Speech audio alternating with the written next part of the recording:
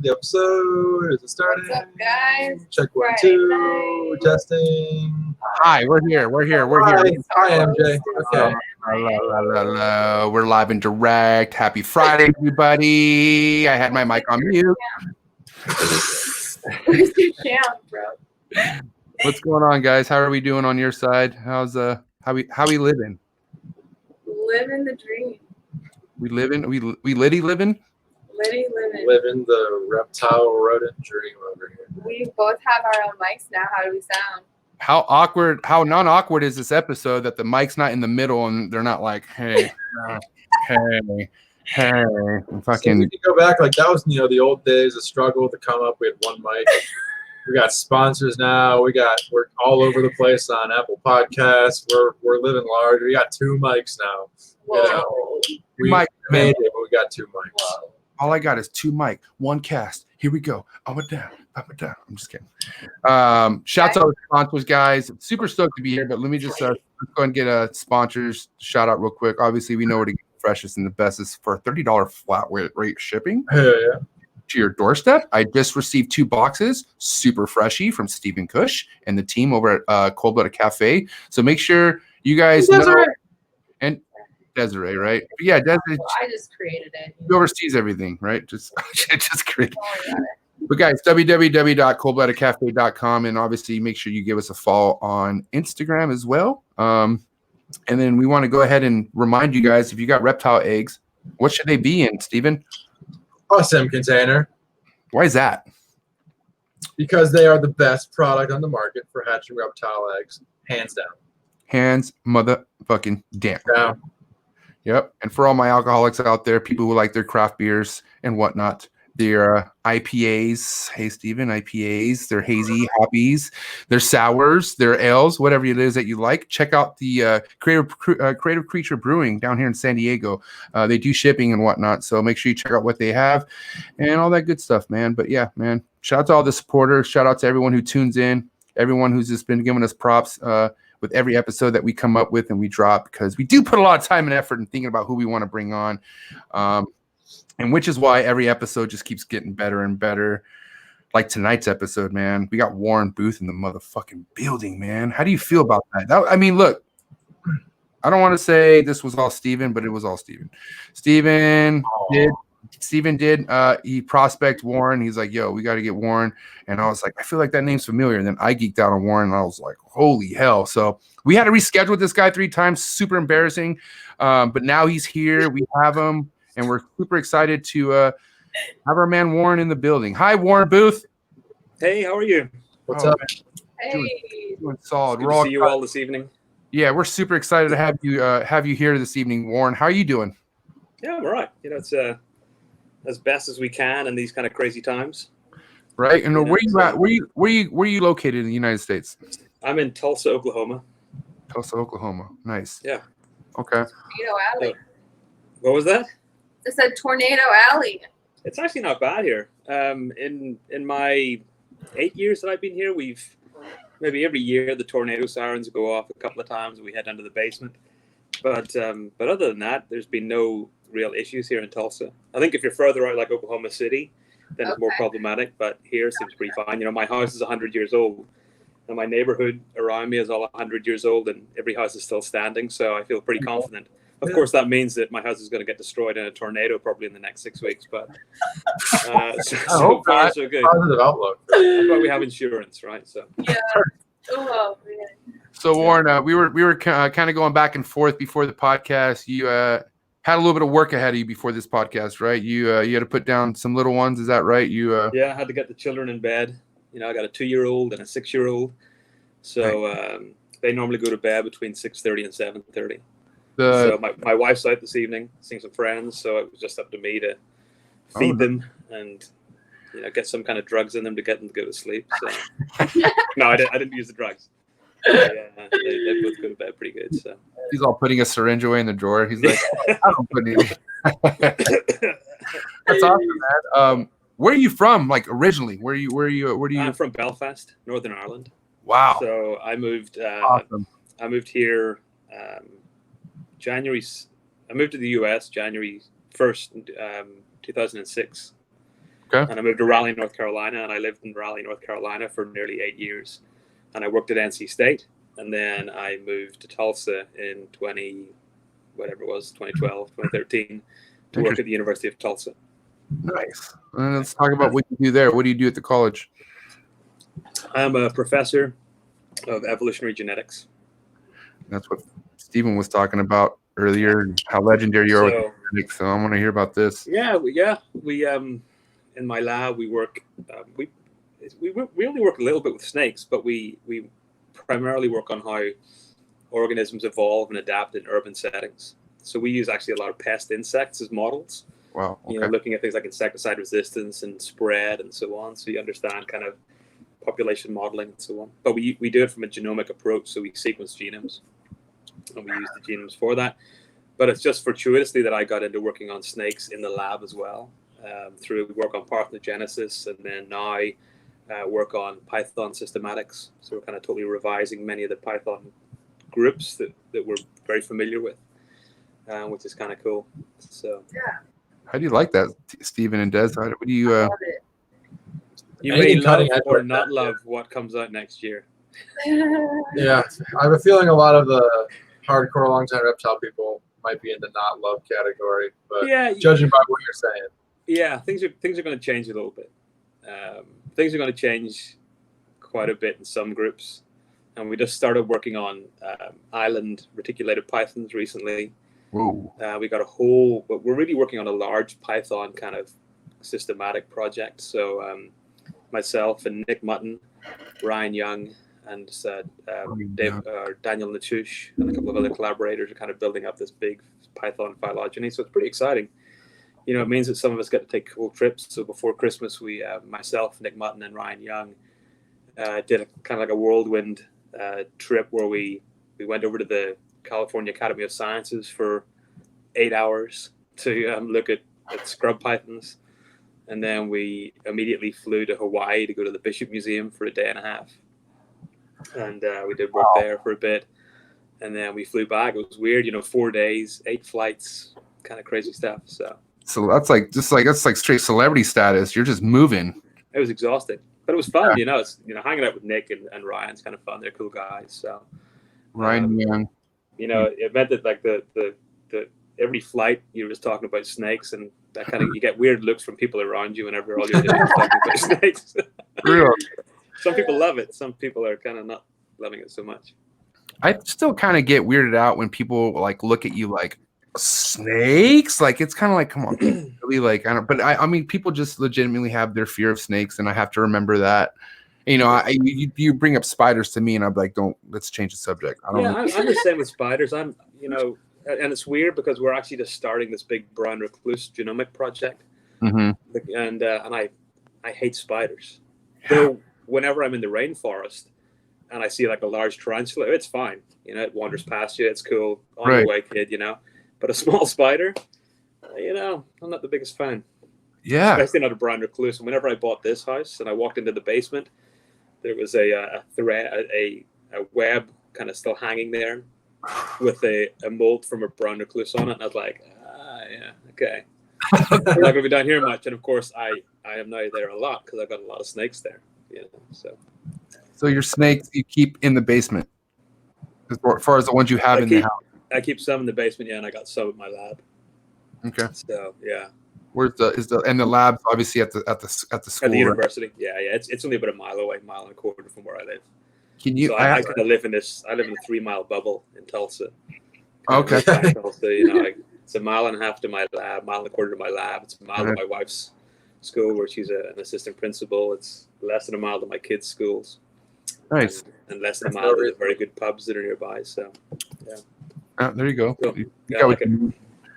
I want to have an idea of what your setup will look like in a lab. Like, I mean, what kind of do you have? Is it like just completely professional from? Well, for that, it's only stuff in my office. They're kind of like I call them desk pets. Okay. It's kind of so you walk into my office and there are some emerald tree boas and a lot of Corallus Husbandry, so Costa Rican blacktails and Venezuelan localities, and then I've also got a room where I quarantine stuff. So I put in to quarantine yesterday some Corallus granadensis, so the Granada Bank tree boas are really rare. Solid. And then I got a. How did you find those? But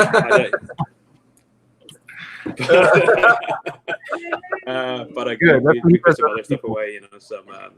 Some what else came in yesterday? A leopard Amazon, and a couple of other bits and pieces. Yeah. Nice. So, but it's all I keep stuff there in Zoomed or Exoterra, and I just modify the top with some plexiglass. I heat it with heat panels, and I keep them there. And that's away from my collection. So I rarely bring snakes into my collection. I say that even though this year I brought in more than ever. But I'll quarantine them for about a year at the lab before I would bring anything in. And anytime a new animal enters that area, they all reset to 0. So some of them are there for 2 or 3 years. Yeah. In fact, I've got a Gravid Costa Rican tree boa there now because she's been there so long because other animals have been coming in and keeps getting reset to 0. So, yeah. So what initially? At home, I've got primarily used freedom breeder racks for my boas and Vision racks for the babies, and then I build my own cages for the tree boas. So what drew you to boas in general, and then more specifically Corallus? It's a good question.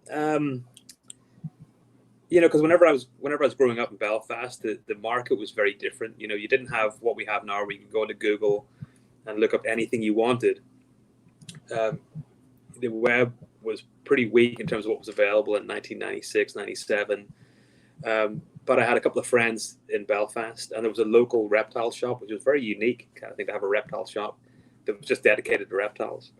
And they would get in boas, but they're always large Colombian boas that were 6 to 8 feet long. And for me, that was like, holy crap, that's a bit, I'm not going near that.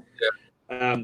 But I bought a book. The only books that you could really get were these TFH books. You might be familiar with them, right? So there's like the captive breeding of boas and pythons, and it had like a picture of a Timor python on the cover. Nice. And on the inside cover, it had a picture of an Amazon tree boa. It was a yellow and orange Amazon tree boa. And I saw that picture and I thought, that's amazing. That's absolutely phenomenal. Of course, the whole book's full of junk. It's just great pictures, but terrible information. And it just happened at that time. I'd been keeping snakes about 6 or 8 months at the time. And then a friend of mine was going over to England to pick up some snakes from an importer friend of ours that became a friend of mine. And he said there were 3 Amazons available, and did I want them? So I got them. And, you got your welding gloves, and these things were terrible. But I don't know what it was, but it just kind of sparked some kind of addiction with them. And within a very short period of time, I was amassing kind of Amazon tree boas and breeding them. And they're not hard to breed, so I was breeding them through 3 or 4 generations and back crossing and so on. And being a geneticist, it kind of is interesting because then you've got your own little genetics project where you can cross reds with oranges or reds with yellows or reds with garden phase and see what you get, and then back cross and so on. So it was kind of fun. And around that time as well, the same importer got in some Sonoran boas from Germany. 6 Sonoran boas, and a friend and I went in and bought them. And they were great because they were small. The adult males were like 3 feet. The adult females were like 4.5 feet. And I kept a pair. We sold a pair. I'm not sure what happened to the other 2, but my pair, which I kept in just a total benign neglect way, I would keep them together. They would cool down. They would feed together, everything. They ended up producing babies. And one of them turned out to be anorthristic. So it turned out to be the first the only known line of aneurysm and sonoran boas. And from that, I was able to trade at the time for things like Cal albinos and Salmon hypos, things that were in Northern Ireland and the UK were pretty expensive. They were in the $2,000 or $3,000 range 20 years ago. I was able to trade for those, and I started building up a collection from that, unintentionally, really. But in the last 15 years, I've really focused more on the Central American boas. I don't keep any Colombian or anything else. I just keep Central American in terms of ground boas, Central American and Mexican. Nice. And a ton of Corallus tree boas. And I got some pythons, and I got some Sanzinia and stuff like that as well. I know you want to talk about those, Stephen. Yeah, I mean, we got a lot of different, from like a herpetoculture perspective, a lot of different, species to get into. Like, particularly, I saw you have green Sanzinia. Yeah, that's pretty incredible. And then also all the different types of Ruschenbergeri you have. We only have the Costa Ricans here, and I personally love them. Yeah. But I have a long history with Ruschenbergeri trying to get them. I've spent about 25 years trying to get Trinidad tree boas, and I spent a lot of money buying them and them never appearing. Whenever I was in Ireland and hoping to buy them in the US and get them exported over, and finally, well, I can tell you later on, but we did a pretty significant project. We actually collected 10 from Trinidad and brought them in on scientific permits. Oh wow! Yeah, that's and I think we have got 1 or 2 Gravid ones at the moment. That's insane. So let's go back to like the beginning before we start getting more into specifics. I'm curious both about your evolution, getting into reptiles, and where it took you now from a herpetoculture perspective, but then also your educational background. And then how that led to you being a professional geneticist. So they both really go hand in hand. It was at the same time. Back in Belfast, I worked for my dad. I've talked about this on a lot of podcasts before, but when I was younger, I worked for my dad at weekends and summer holidays and stuff. My dad was a firefighter, but he also ran a business where he repaired and built and cleaned fires and boilers and chimneys and so on. So I would help him cleaning and doing stuff from the age of about 7 up. And he paid me a pretty good wage, which is surprising. But one time I was out, maybe 16 or 17 years old, maybe 17. And beside the fire that he was working on, there was a cage or a glass aquarium, basically.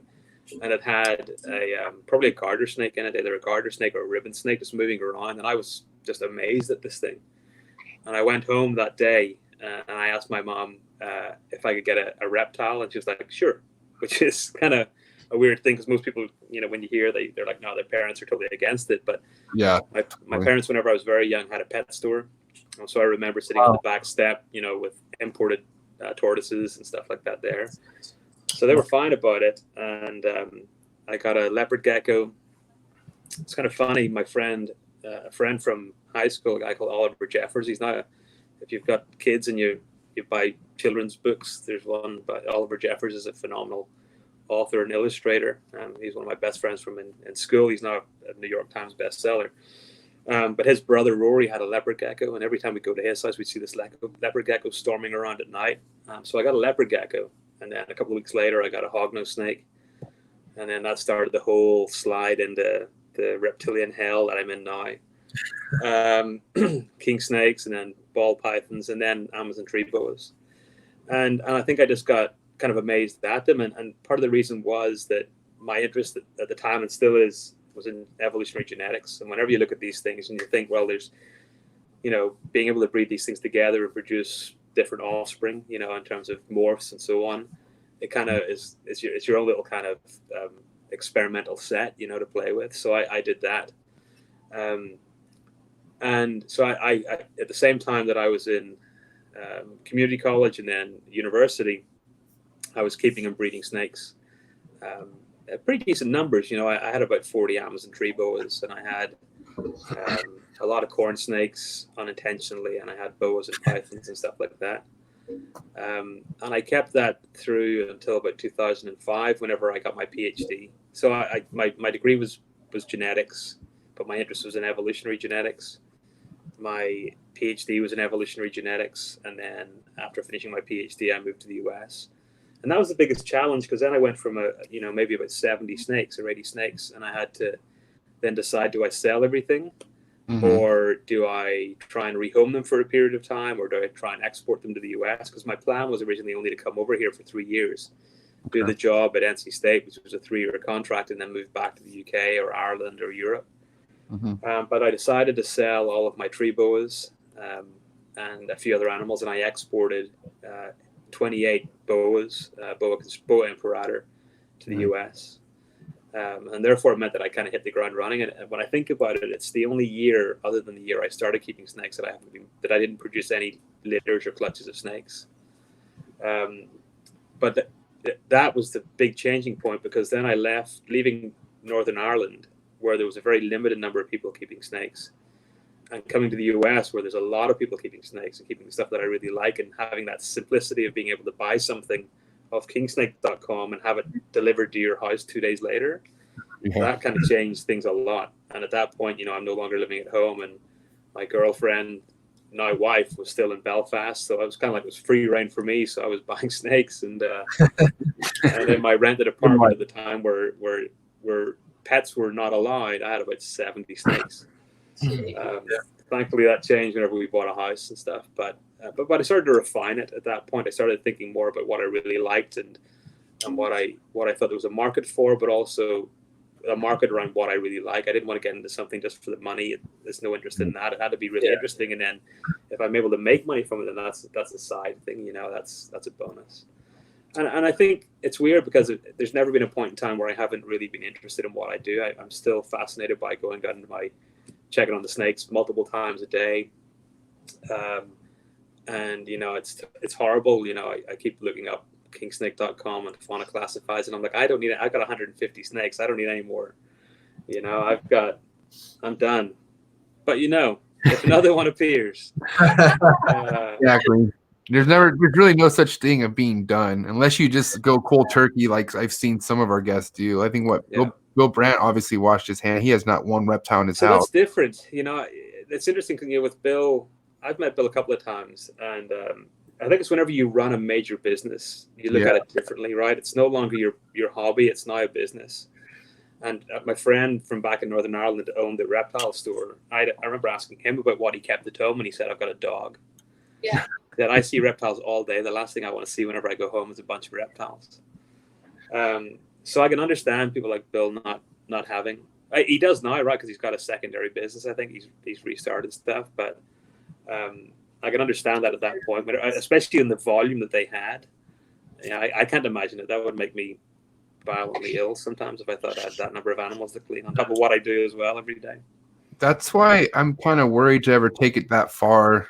But at the same time, I don't know, Steven. I mean, you got your plate's pretty full, but I know you still love the fucking animals. Like, I know you'll never get rid of a scrub. You'll be like 80 years old, right? Yeah, Steve is like 17 years old, right? So he's full of energy. Yes, he's 17. I'm like 12 or something. Whereas I'm 42 and I got no energy. Where did he get your age? He guessed it. The first person we've had on this show who guessed Steven's age right on the money. 17. It's a skill. Give me a little credit. I'll be 20 next month. I'm not that young. Next month, wow. Oh, this was epic. Oh, I look like I'm 17. I think I've got a jacket older than you in this closet right here, and my bass guitar is right beside me. Hold on a second. Yeah. Oh my goodness, dude. What kind of guy? Damn. In 1993. That's a nice guitar, though. Wow. So he jams. We'll talk about that. My guitar is older than you. So, in fact, my spare guitar is older than you. That's hilarious. And I got it new. That's awesome. That's great. So lady, I'll be long gone whenever you're still playing with snakes. Yeah, who knows where he'll be at that point. Now, Warren, did you end up bringing any animals with you to the United States? Yeah, I did. I brought 28. 28 snakes, yeah. So all what kind of snakes were those? Primarily, they were all boa. No, sorry. There was 27 boa imperator. They were all Sonoran and some Colombian. And there was one ball python. One ball python. One singular ball python. Why did you keep one ball python? Just curious. Well, I don't want to talk about that. It's a horrible. Okay. It's a horrible thing. It was part of an import that went horribly wrong. and I got landed with a very expensive ball python at the time. So this was maybe 17 years ago. Tell me what you think a really expensive ball python was 17 years ago. 100,000. There were 5-6 figure ball pythons that long ago, but this was a $15,000 animal. Give me okay. So $15K for a ball python. Yeah, which one do you think it was 17 years ago that I didn't want? an iron one. Hold on, let me guess this one. It's something with a spider in it. No, God, no. I'm kidding. Shit. It was a het ivory. It was a yellow belly. That's ivory. Yellow belly female. Oh, yellow belly. Damn. And I got landed with that thing, and I'm paying for it. And it was terrible. We never feed. It was a nightmare. And the reason I should have sold it immediately upon getting it, but I had these. That's whenever Ralph Davis was selling. He just bought his ivory, I think, for $60,000. And I thought, well, you know what? I can keep this and breed it. I'll make a lot of money. And the thing wouldn't eat. And of course, in the UK, you can't feed live animals to your snakes. So get a ball python to feed. It was a nightmare. So I brought it with me. And thankfully, in the end, I ended up trading it to a local guy in Raleigh for a lot of boas. So I kind of came out on top. But it was my first, it was my second foray into ball pythons. And then it went, and then my third happened, and then it's gone as well. But so no more ball pythons? Yeah, no more. No, I last year I had about 70 of them up until last year, and then I realized that it wasn't the direction for me. I can breed them. I just can't sell them. I'm not known for ball pythons. I can sell boas fine, but nobody knows me for ball pythons, so it was difficult to sell cool stuff. Right. But I imported 27 boas, and that was crazy because I applied for permits. So living in Northern Ireland's part of Great Britain, right? Even though you're connected to Ireland, I applied for my export permits, my CITES permits through the United Kingdom, and it was taking a long time. And finally, it came through, and then there was a whole problem about trying to get a location to ship those animals over to the US. And then I applied through Dublin, so through Ireland, and I got my permits within 24 hours. And I just drove down to Dublin, and I shipped them from there. It was only an hour drive from Belfast, an hour and 45 minutes from Belfast. But this was in, I can't remember whether it was November or December. And I was shipping them to Philadelphia to a friend, John and Jane Camp. And those are the people that were originally breeding things like leopard, Amazon tree boas. They had a huge Amazon tree boa collection maybe 15 or 20 years ago. And they were taking my animals, and I would drive up from Raleigh to collect them whenever I was established. So I shipped them. I got to Dublin early in the morning. I shipped them Delta to Philadelphia. And I'm expecting to be, that evening to get a phone call from John to say they've arrived, everything's good. I got a phone call to say they hadn't arrived on that flight. But he was going to wait for the next one, and they didn't arrive again. And he waited for another couple of hours, and they didn't arrive. And this is in December in Philadelphia, so you can imagine 28 snakes. And at this point, the value was pretty high. It's probably about $30,000, snakes. I'll lose my shit. And I thought, well, there you go. It's written off. This is my exit from the hobby. And $30K. And then later, the next morning, he called me and said, "You're not going to believe it, but they're here." And they got in on the first flight. It's just a guard took them off the plane and put them into the office to keep them warm, but forgot to scan them. Oh shit! So they were all fine. Everything was great. So that was the 27, 28 that I brought over, and I started building up stuff from there again. And I still have some of those. So that's 15 years ago. Crazy how one little tiny mistake could fucking put the whole fucking thing in jeopardy. Like, luckily, shout out to the guard, but like maybe, maybe because it's my fault because I wrote on the box before it left. I wrote, keep in room temperature, something like that there, because I didn't want it to be taken off a flight that left on the runway in Philadelphia.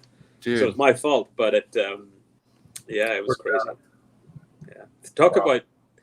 Feeling totally helpless at that point because you all of your animals that you've reduced down to, thinking these are the core of what you want to build up from, and then in one foul swoop they're potentially gone, and there's no insurance on that kind of stuff, and there's no way to get it again.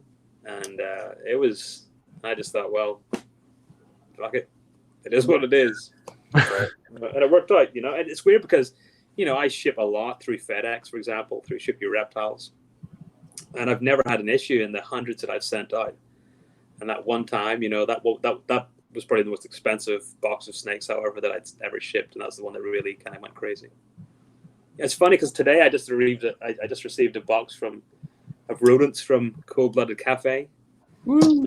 Went out on Monday. It arrived today. It was delayed because of protests, and they were all frozen except for 13. And remarkably, I needed 13 to feed some snakes tonight, so it worked out perfect. Didn't even need a defrost. So yeah, I overloaded the ice this last week. That's great. It was because it's like 97 degrees here at the moment. So like eight orders over $1,000 in rodents. Really? Wow. Yeah, so we were like, all right, let's just do it up. Just use a ton of ice. Yeah, I think with everything that's going on at the moment, there's probably a risk of a lot of things getting delayed. Yeah, and so I was shocked. You know, I'd rather pay the handling fee of it being over 50 pounds than paying that rodent. So I saw that on the thing. I was like 50 pounds. I was like, holy crap, that's a lot of rodents. Still arrived. That's crazy. Yeah, and so that went on Monday and arrived today at 1 o'clock. But everything was great. Absolutely. Well, as it always is. That's why I keep ordering from you guys. So thank you. It has to be the packing. It has to be the packing. Yeah. It is. It's lovingly packaged by Kush, I believe. Each bag kissed before it is put into the box. Exactly. Yes. Ship with love, as we said. He hugs every box before it's shipped. I want to, like, next time I receive a box, I want, like, sprinkled with rose petals every time when I open it up. I mean, we maybe should do that because some people are like, these rodents, they smell terrible. I mean, well, they are frozen dead rodents, so they kind of have a smell. Yeah, that would be hilarious. That's too funny. We'll put some heart stickers on your box next time. What was that? We'll put some like heart stickers or something. Once your name comes through in the order processing, we're like, all right, we gotta run to the party store and get warrants. Just put 2 of those little mini hearts for the O's in booth. Just put. Oh, that's it. There you go. Well, it's weird because I normally get it shipped to my lab because I got a big freezer there and I'll store everything in the lab there. I recognize. But this time I got shipped to the house because the university was all shut down, so it was going to go in the mail room, and it could have disappeared there for days. So I got it shipped to the house, and then I drove it over. So it's all great. Where do you guys get your rodents to feed at the lab? Like, I'm sorry, what? Did I say the right? Okay, hold on one more time. Where do you guys get your rodents to feed the snakes at the lab? Cold Blooded Cafe. Okay. I didn't know if that was for your personal stuff as well. Yeah, no, because I don't have any research. Well, the animals that are researched, I don't really have research animals dedicated there. So I just consider it all part of the same group. So I buy everything from you guys. At the university they breed rodents, so I can get surplus rodents. Any of the non-genetically modified, I can get, and that comes in bursts. You might get 100 1 month, and then you get nothing for 8 months. Okay. And that 100 adult mice doesn't really do me very long. So yeah. But I also feed my animals so little that I don't need to order monthly and stuff like that. So yeah, because the species you work with, I mean, they don't really take. I mean, you don't need to feed them massive amounts. Even boas, even my adult boas, I'll feed it one large rat once a month. And I've got animals that are 20-something years old and still breeding, and we massively overfeed animals in captivity, so I go the opposite direction. Do you think that that reduced feeding schedule over time is what caused them to have that ability to breed at an older age, or help at least? I think it's much more natural. Yeah, I think so. I think, look, so with boas and pythons, you probably know this already, with boas and pythons and with pit vipers, within about 4 hours of them feeding, they have a huge number of genes that upregulate, they get turned on, and they cause massive physiological changes in the snakes. So if you've got a ball python or a scrub python or a blood python or a Burmese, you feed it a meal, and within 4 hours, its heart starts to double in size. So it grows. Its blood becomes really thick with plasma. Its whole intestine changes structure. So you get a whole physiological remodeling of its internal organs.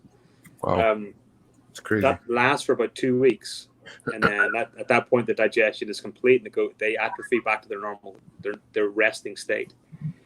So if you're keeping the snake continually fed weekly, you're keeping it at that upregulated state, which is probably very stressful on their system, which is why you see animals dying pretty young.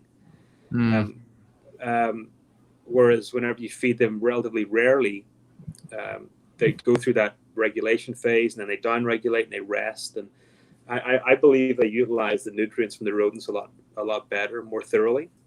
For example, I had a boa. I can send you a picture of it. It was given to me. It was in its mid-40s, and it was brought in as the guy bought it as a 3-foot animal, and he fed it 1 squirrel a month that he shot in his backyard.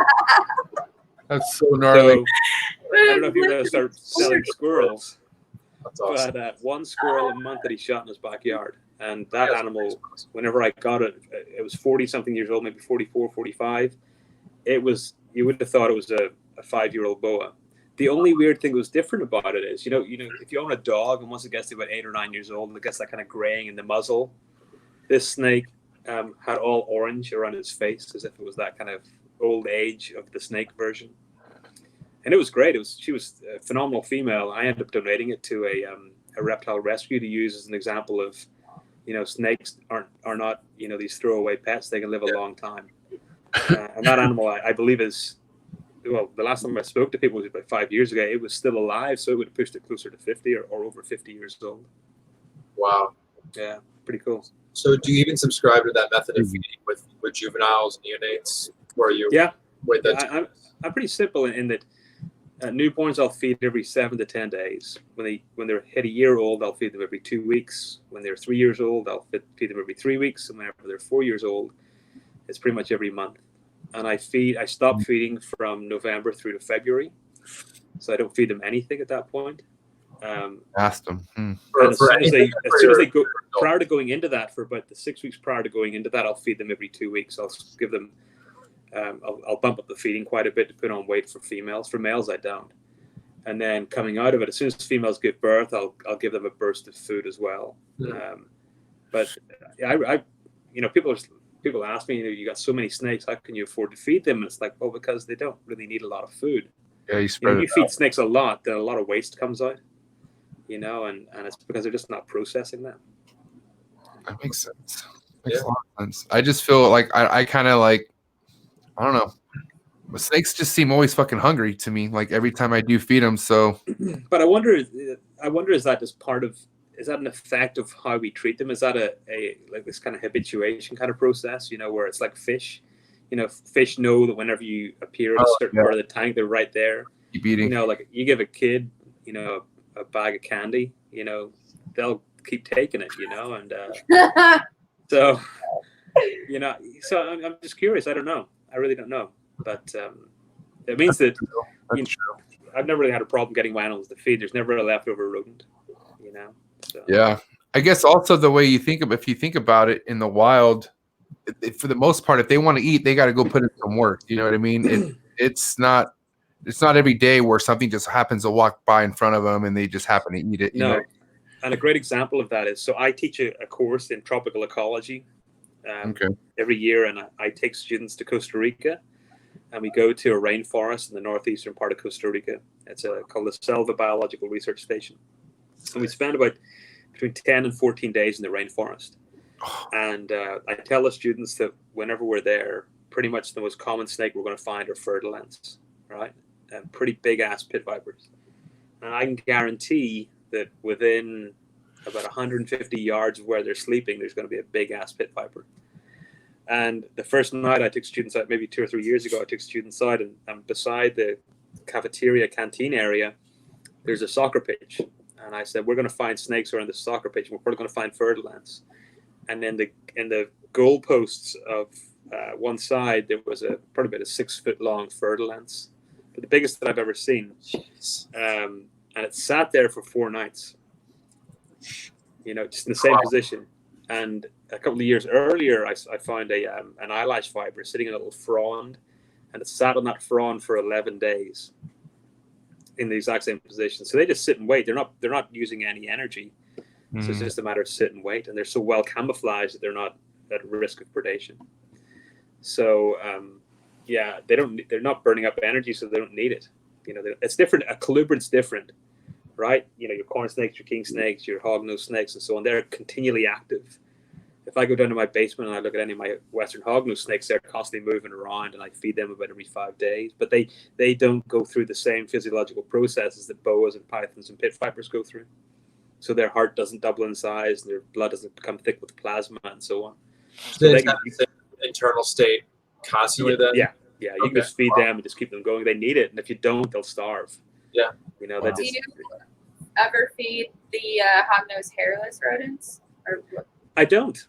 Have you heard that whole concept? Yeah, I don't think you could, I suppose. I think, and that's a good question, because it kind of harkens back to whenever we think about what Western hognose snakes or Eastern hognose snakes would eat in the wild, and that would be primarily amphibians. Yeah. So you would wonder what the hair would do of a rodent, how that would potentially impact it, and so on. But for Western hognose snakes, I think they've adapted pretty well. They don't seem to have a problem with it. I don't think they're never really at a point where they're taking really enormous meals consistently.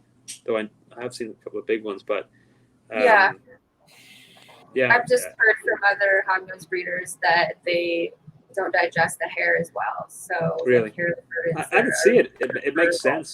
It makes sense of why they wouldn't, just based on their natural diet. Yeah.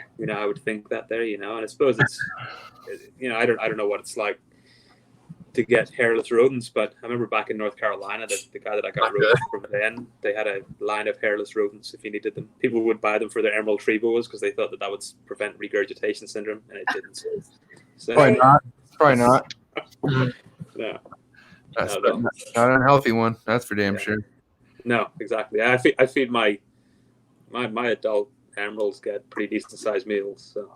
Well, let's talk about those emeralds because we're all fans of them here. So, aren't we all? how many? What are the most recent emeralds you've added to your collection? Or well, in terms of tree boas? Emerald tree boas, yes. Right. Well, so I've got 5 species of Corallus. Right. Okay. So I've got northern emeralds. So I've got I don't have a lot. I've only got 4, but I've got anaconda phase and I've got the regular phase. So I've got a gravid female at the moment, and she was bred by a male was produced by Rico Walder. So that male is I think he was produced in 2008 or 2009. So that female's gravid. She's due in September. My most recent emerald was an anaconda phase emerald that Keith McPeak gave me. So yeah, it's kind of a cool snake. He produced it, yeah. And he sent that to me maybe about 3 months ago. So it's a baby, but it's fantastic. I've also got I recently got annulated tree boas. So they're I've never had those before, and they're fun because they're completely tame. It's kind of weird going into an enclosure where the snake doesn't want to bite your face. Right. We just had some fun luck with the annulated yesterday. Got a big old litter of infertile ova. Oh, that sucks. Yeah, Steve. That sucks. So was there a lot of breeding, or did you see a lot of breeding between them, or we saw 2 copulations. So I think it should be enough, But yeah, I think there was problems with the supplemental heating with the basking spot. I think we got to kind of change our enclosures around a bit. That's just my well, I think what is that the good thing is the females can produce ova, right? Which is great. It's not so that at least you got that part done. It's what the other part. So it's either were they fertilized and they died early on, or were they not fertilized? Is the big question. Right. Yeah. So annulators are still they're still kind of a novelty for people breeding them. It's only now that I'm seeing a lot more people with them, and even then, it's still not a lot of people, But they're fun, I like that they're placid. I do plan to add some more. I've got a bunch of hortulanus, a bunch of Amazon tree boas. So I've got tigers and leopards and calicos and stuff like that. I like those. And what else have I got? I got the Grenadensis, the Granada Bank. I got 4 of those, so they're really cool. And it's nice because they just arrived yesterday, and they all ate. The 4 of them ate as soon as they arrived. Whenever people tell me, you got to let it settle in for a week or 2 weeks. It's No, No, If they're healthy, if they're gonna feed, they're gonna feed Yeah. right away. exactly. That's a good way to find out how healthy this damn snake is. Exactly Too. right.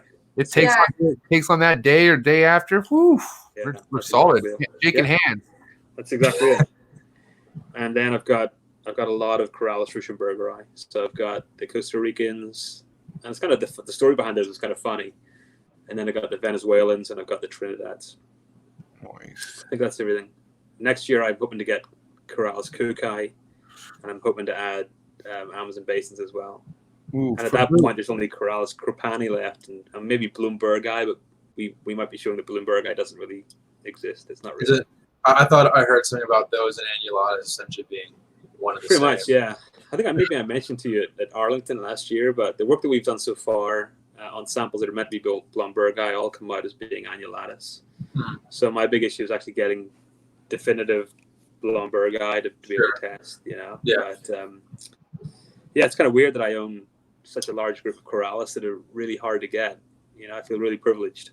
Yeah, it's amazing. Yeah. So the funny story behind the Ruschenbergeri, So having wanted these for such a long time, spending money to get them and not getting them, I was in Costa Rica in 2012 or 2013, and I was in the rainforest, and it was kind of funny because I think I'm trying to wonder, was that the year that the trailer for like the most recent of the last trilogy of Star Wars came out? So I have my computer. I'm a bit of a Star Wars fan. And I have my computer, I was checking consistently, and in the rainforest, it's pretty wet. The last thing you want to do is take out your laptop that costs $7,000. Yeah. It basically in a shower, And I was constantly checking this to see, because there's Wi-Fi, to see if I could get this trailer. And an email came through from Cameron Tapadellin from Bushmaster, and he had 3 Corallus Ruschenbergeri on it from Costa Rica. So I was in Costa Rica, and I see a list with Corallus Ruschenbergeri from Costa Rica. They were produced there. I think Quetzal Dwyer produced them. A friend of mine now. I immediately called him and I bought them. So I bought a trio of Costa Rican Ruschenbergeri from Costa Rica, produced in Costa Rica, that were now sitting in Colorado. That's awesome. Then arrived in Tulsa whenever I arrived back. It's the whole story that was kind of surreal, that you're getting Costa Rican ones from there when you're there, and they should be there, but they're not there. Yeah. But I raised them up. I got them as babies, and they're great. The females maybe 7 foot, each large rats. Males are kind of 5 or 6 foot, awesome. Eat kind of small rats. Yeah, she's a monster, And the thing is that I feed that once a month. Again, it's not a case of overfeeding. It's a case of I give them a large meal once a month, and that's it. Some people go for the small meals often. I go for the large meal infrequently. Yeah. And the other thing, and I've spoke to a lot of people. I was on the phone to my buddy Nick Mutton a couple of nights ago, and we were both lamenting about Costa Rican tree boas, and we find that males are very lazy breeders. And it was only whenever I got another male in from another friend that it really kicked mine in. And then within 2 weeks, the female ovulated, and everything. She ovulated the same day that my emerald ovulated. And they both shed the same day, so I'm hoping that we'll get babies around the same time. But they were, they're 7 or 8 years old, so they took longer than I thought to get breeding. But this year, I think there's 3 of us that have got Gravid Costa Rican tree boas. Keith McPeak's got one. I've got one. I think there's another guy up in New York's got one. Okay. What was the growth pattern like on that female? Because the pair that we have here before, they always seem to be slow growers. They're probably 4 years old now or so, 3-4 years, and they can take down a small rat. Right. The terrible thought passed through my head of maybe they're both males. I would sex them. I would say my males are both the exact same size, and they take small rats. But at about 4 years of age, how big would you? Mine got to about 2.5 and took a totally different trajectory. And it could be that I got a very unique female, but I don't think so. But it hit about 2.5, 3, and then totally changed. So if it turns out that you've got 2 males, just if mine produces a healthy litter, I'll send you a couple of females to play with. So thank you. Wonderful. Yeah, we will. We'll be in touch. Yeah. Wow. So I'd rather these animals go to people that are gonna raise them up and do cool things with them than it's not the money for me, So yeah, I believe in karma. Right? A friend of mine, Like, Bill Hughes, talks about 3 years. karma a lot. These are That's my why karma snakes. So That's why I'm gonna send Steven a chondro of mine that I hatch, and he's gonna send me one of his scrubs that he hatches. And there you go. I have him you're funny. my trap. You know what I mean? You see how that works? I'm gonna name the snake 11. By the way, the snake's name 11 because it's the 11th egg. What, The entire which chondros are they locale specific, or are they designer, or should What's I say that? designer like that? Your chondro. I mean, it's a high yellow BIAC, and then the other one, and the other one's a num for locality. So they're two really unique looking snakes. So we'll see what happens. I've got some Ario Island green trees here. Nice, awesome. Go ahead, Steven. So, would you say you said what locality did you just say? Aru. For your green? Yeah. So, what are your thoughts on how the F1 do not have that high white like the wild specimens? I hear everyone talk about UVB, and I hear people talk about diet, and I question whether we just really see enough breedings being undertaken. Okay. We don't really know the heritability of it. The reason that we might be seeing high white more as captive farmed coming in, which we know are wild caught, is because they're probably a little bit more noticeable. Because if you were much more green, you're probably less easy to see. But whenever you're speckled with white, it might be something that they can pick up in the rainforest. You certainly can pick up things like that. And whether that's heritable or not, I don't know. I think there's a lot of different questions that we could address, that we could test to try and address it, but it would take a lot of babies to really be able to split up into sufficient groups to say, yes, this is a potential route to follow. Maybe we need UVB, maybe we don't. Having been in the rainforest a lot, not in Australia, not in Papua New Guinea, but in Central America, it's pretty dark. And even animals that are canopy dwellers, it's pretty dark. So I don't know. I think UVB probably is beneficial. Whether it drives an animal being more white, then why do we not see all animals that receive from that group that receive UVB as being high white? Why are not all the carpets high white? Why are rust scale pythons not high white, speckled and stuff like that there? I don't know. Maybe I'm totally wrong, but do you have any thoughts on beta carotenoid supplementation? I don't know. I've never tried it. I've never supplemented any of my animals ever. The only animals that I supplement are my tortoises. Yeah. And that's because I think that I should. Yeah. But in my opinion, a rodent is a rodent, and we know from a lot of work that's been done on green tree pythons. It's not as if they're snatching birds all the time. They go right down to the ground, and they'll be sitting a foot above the ground looking for rodents. Sure. So I don't know how many of these rodents are getting those in the wild. So I don't know. I think there's a lot of stuff to play with, and I think people are producing enough, have the ability to produce captive bred green trees in sufficient numbers. The problem is having enough of willing to keep 150 baby green tree pythons and raise them up in groups.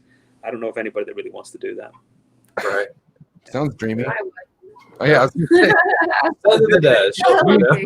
and Des are on the same page. That sounds really dreamy to me. It's weird, because I've got all these Corallus. I've got short-tailed pythons. I've got Darwin carpets.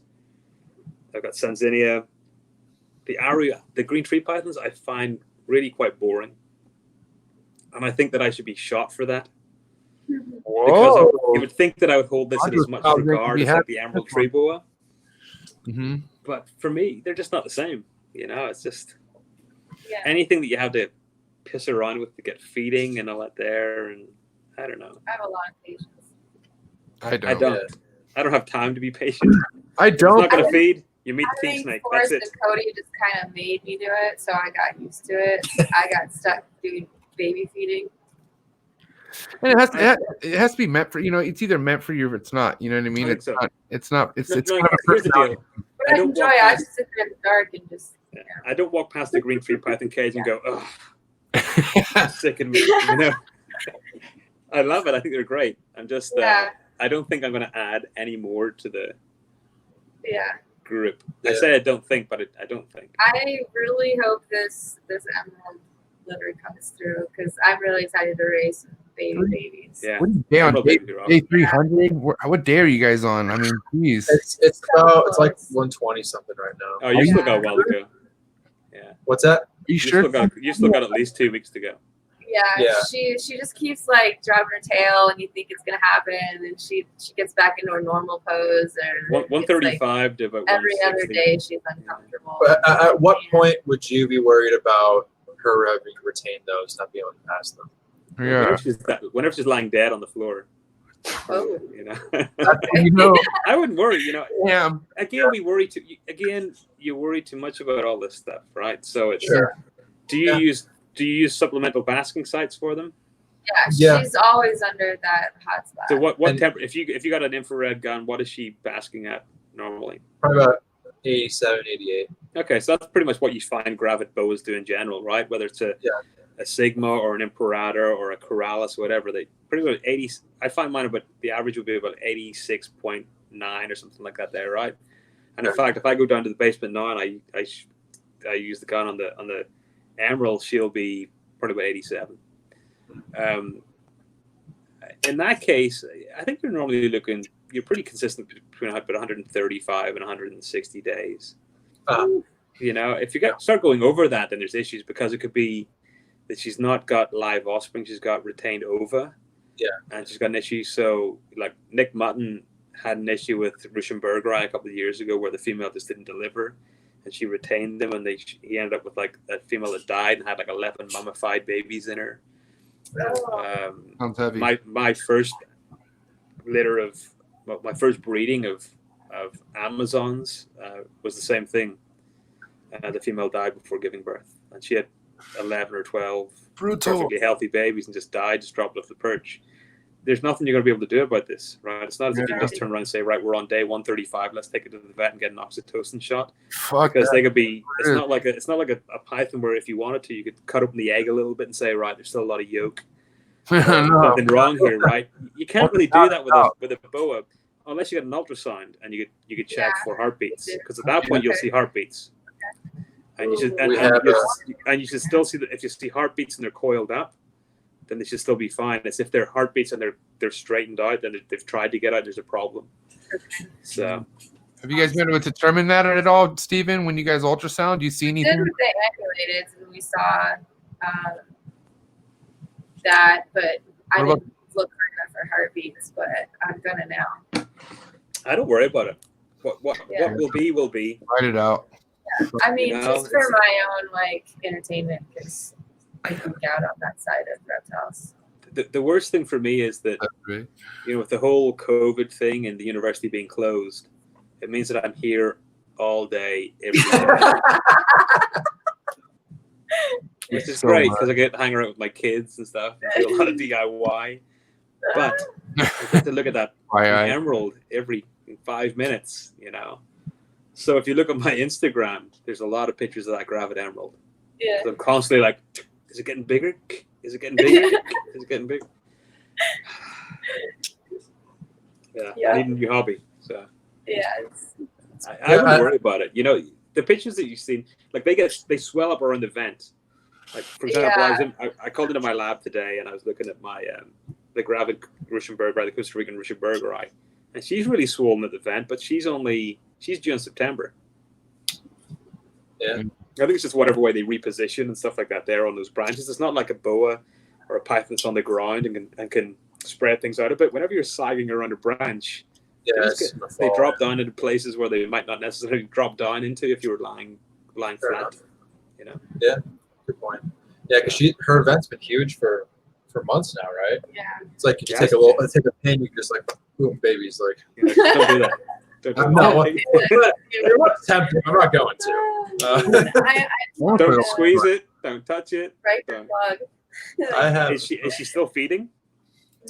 I haven't tried recently, but no interest really. So yeah. Whenever feed's in the room, the emeralds are usually, if they're hungry, they're looking, she won't budge.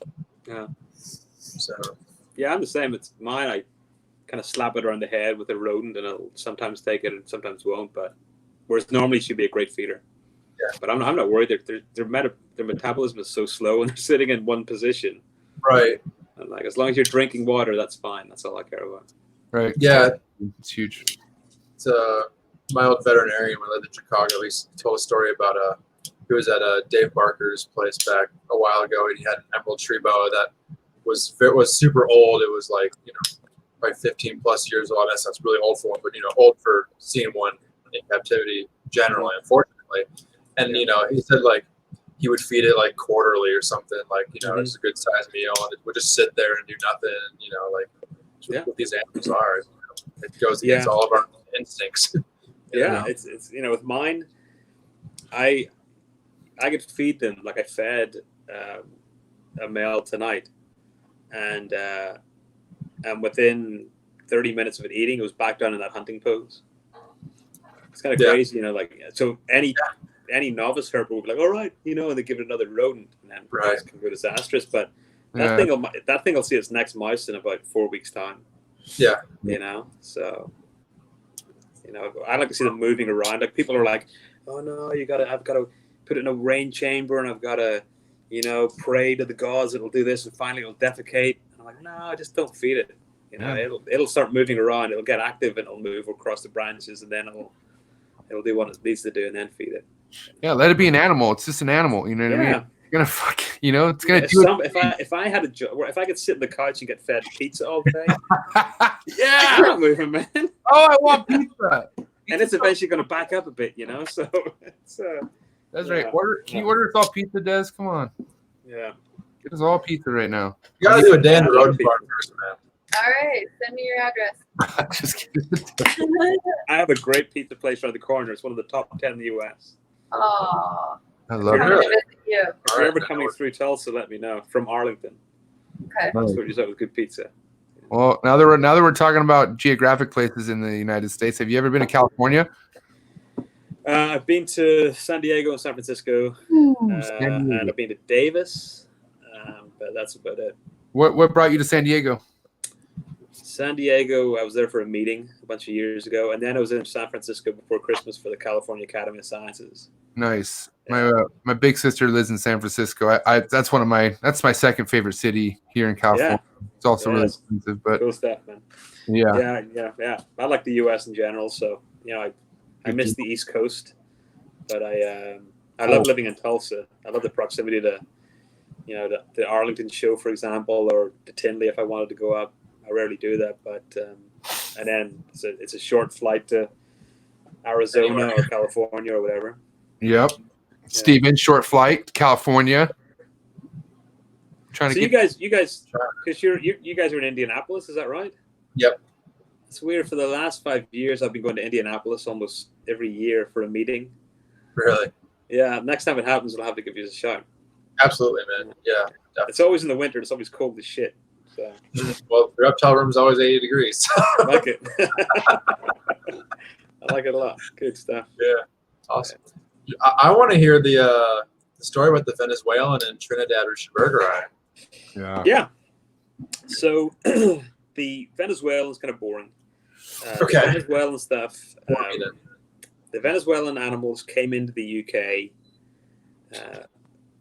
From what I know, they came in. I don't know if they were smuggled in or something happened, but a friend got them after they were seized, and he then raised them up and bred them, and they were then he was able to sell them legally, and he sold some to the US. He sold 3 of them to a friend, to 2 friends in the US, and eventually one of my friends in the US said, "Look, Warren, do you want these here? Would you know, if you want them, just take them."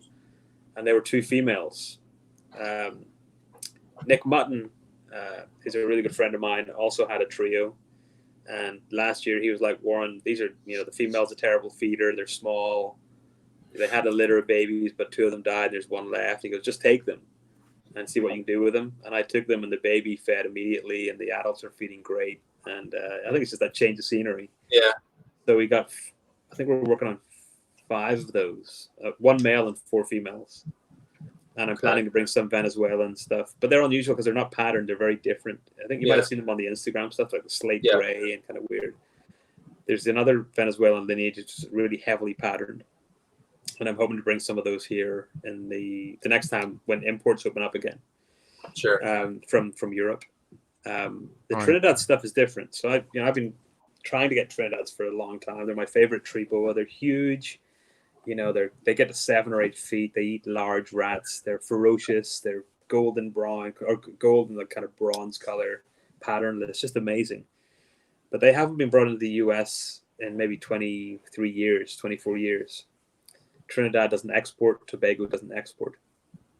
And from my searching across the globe along with a friend, we realized that we don't believe there's any in captivity anymore in Europe really, and there's none in the US.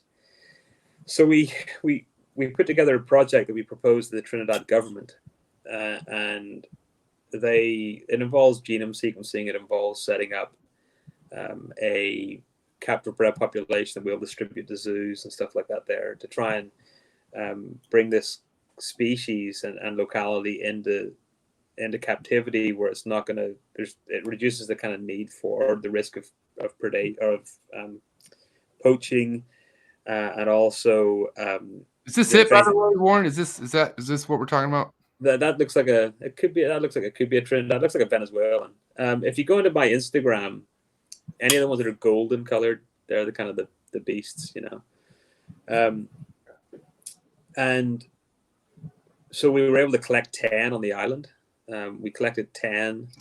It turned out to be 3 males and 7 females, and we split those up between 3 people. So myself and 2 friends, and they came in, and this dream.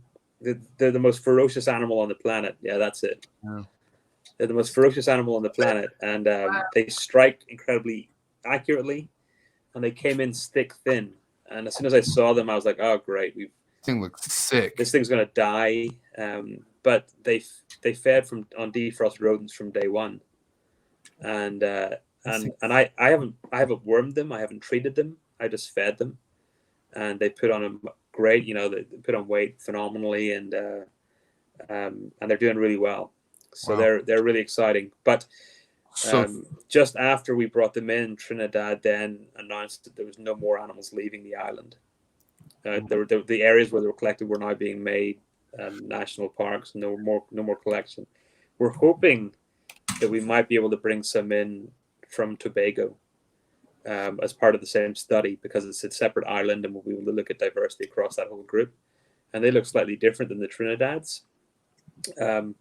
But the Trinidad animals are really neat. They're really unique animals, and they're, so with Ruschenbergeri, I don't know if you know, but the scientific studies that have been done show there's 2 main groups. There's a group from Central America, the Costa Ricans and the Panamanians, and then you look at the South American ones like Venezuela and Trinidad, and they're very different. Costa Ricans are relatively placid. Trinidads and Venezuelans that I've got will eat your face off. Costa Ricans and Panamanians have black tails, hence the name black-tailed tree boa, and the Venezuelan and the Trinidads don't have black tails. The tails tend to be light or the same color as the body, but they're really cool animals. I still kind of pinch myself every time I walk past those cages and realize that we have them, because they're incredibly unique unique animals. That's how I'm trying to live, man. I just, like I said, I'm not really in this for the money. I just want to be able to walk by something and be like, holy shit, I keep that. I own that. Yeah. Kind of like with you, Yeah, I'm with you, like seeing the Venezuelan, seeing the Granada Bank tree boas, looking at like green Sanzinia, and then I've got some Dunn's pythons coming. And it's just like, these things are literally non-existent, and they're not, you can't get them, and yet I've been able to get them. What did you say? Ryan Young. I just know the right people. Yeah. That's amazing. Ryan Young's a good guy to know, man. He's on fire this year. Ryan's he's a funny guy. So, he's a really fun. Yeah, you should get Ryan on this year. Yeah, he's already on the Ryan's a funny guy. Definitely looking forward to having him on. Just because whenever you do get him on, ask him about bleached buttholes. That's all I'm gonna say. Oh, fine. Okay. I'll leave it at that. After dark. All right. Yeah. Use that to start the conversation. So Ryan Young, bleached buckles. Can Tell you me expand on that? Yeah. Carl- In Hawaii. Yeah. Carl should ask him who Bleach Buckles is. Yeah. What's your experience with breeding as far as pythons? I know we're talking about boas, but what have you bred with pythons? Pythons, I've bred a lot of ball pythons. I've bred Sumatran shorttails. Nice. What else have I bred? I've bred spotted pythons. How long ago was it the Sumatrans that you were breeding? When was that in your? I bred those in So in Belfast, I had a pair of just really jet black Sumatran shorttails. Those But are I just got them. I just got the Sumatrans again a year ago. black ones? No, I got the caramel albino. Cool. Those are sick. Yeah. So in fact, whenever I was at Arlington last year, whenever I saw you guys at Arlington, Tracy Barker gave me a pair of caramel Sick.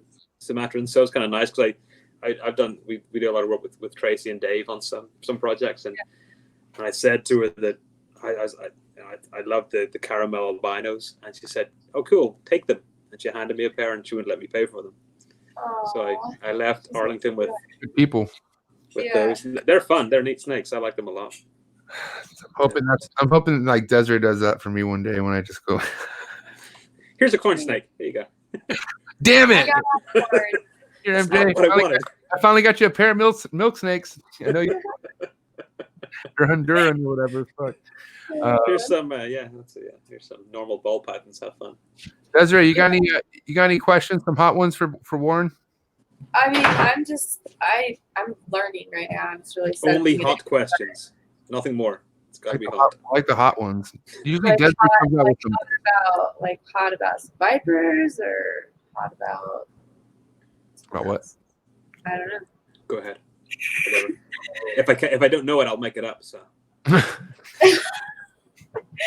I don't know, Steven. What do you got?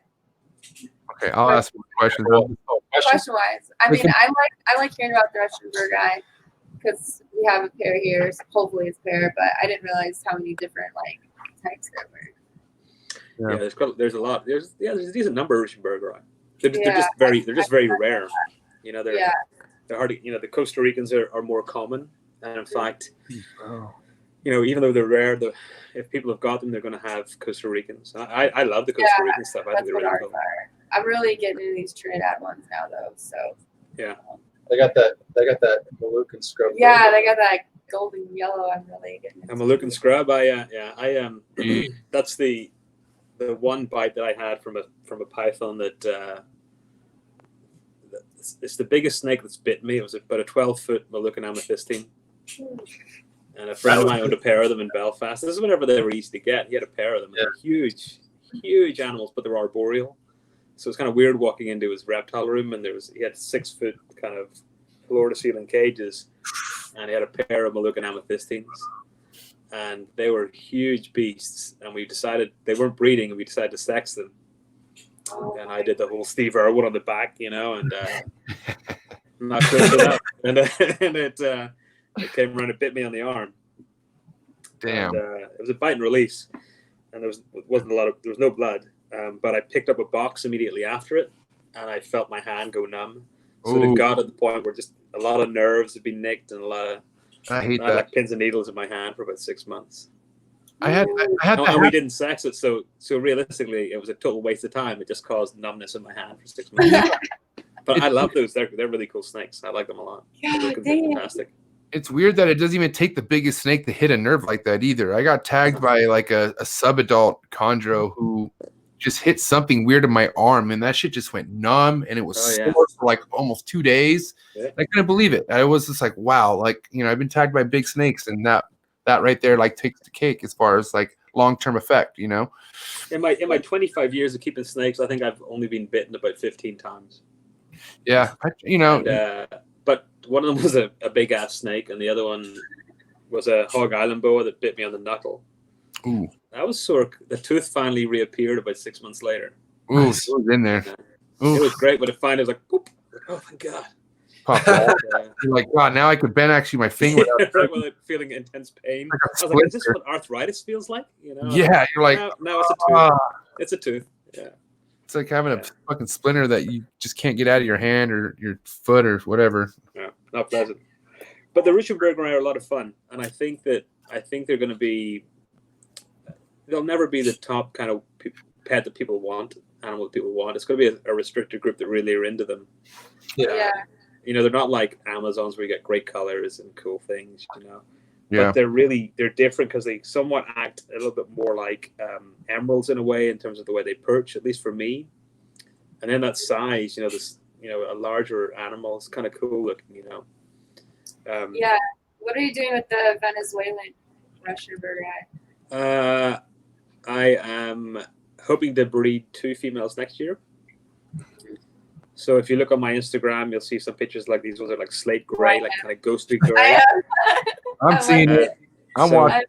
I'm pairing those together. Super dreamy. And then the gray male also with a kind of yellow brown and female. I want to just get like a pair of all these different ones here. Yeah, so they're cool. They're neat.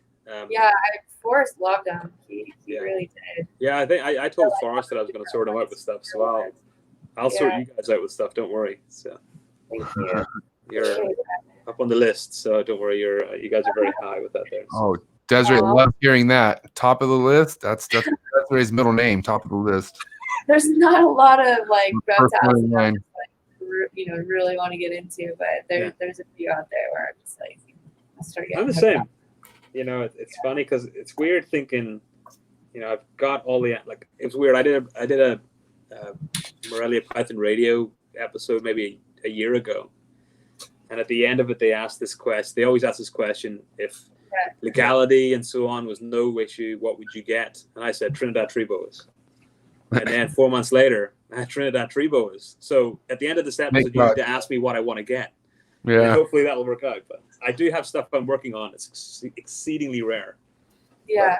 But, it's not tree boas. But well, what is it, Warren? I can't tell you. Okay. I could have sworn you said we will talk about everything, so that's why we'll talk about everything. We will talk about everything, but Got it. All right, noted. Thank you for sharing that. It's all legal. It's all legal. That's all I can say. Good man. It's all legal. It's all in the name of conservation, so we'll see what happens. How often do you ever go back to Ireland? We normally go back, but every 2 years. My wife's from Ireland as well. Oh, that's right. Yeah. So we met 25 years ago, in fact. We've been together 25 years. So we normally go back about every 2 years. It's difficult with kids because you're now paying adult prices for seats for 2 kids that are 2-year-old and 6-year-old that don't want to sit in a seat. Yeah. But we did plan. It was weird because this summer I was planning to go to Australia with Nick Mutton to look for Ruskell pythons. Wow. And then I was going to come back from that and then go straight out to the IHS to talk at the Aries Boleyn's Python Symposium. Damn. And then from there I was going to leave there and fly to Ireland and spend a couple of weeks in Ireland with my wife and kids, and that all went to shit. So thanks, COVID. Thanks, COVID. So that it also put, that stopped my Costa Rica trip as well for the fall, so it got cancelled. But about every 2 years we try to go back. But my dad and my in-laws come over sometimes a couple of times a year. So they want to come over and see the kids. So they'll come over for 4 or 6 weeks at a time, which is great. I've always said that reldas are like fish. After 3 days they start to smell. But it's good. It's good to see them. But that was awesome.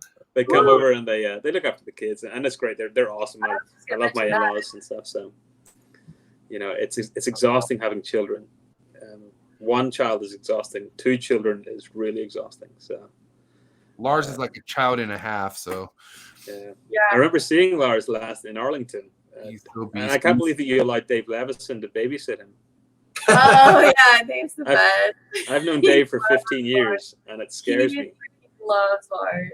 Yeah, he makes me send him pictures all the time. I have to send him regular updates as I do my own mom. I'm shocked. I'm still shocked because I've known Dave for 15 years or so.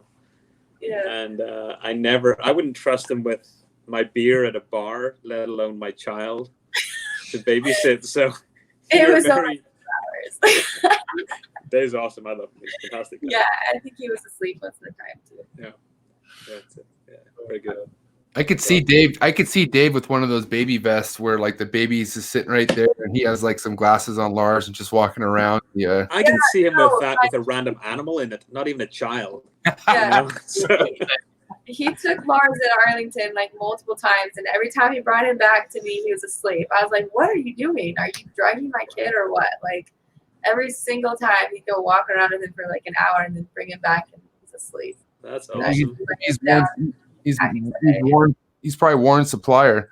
Probably hooks him up with those little child. I wish.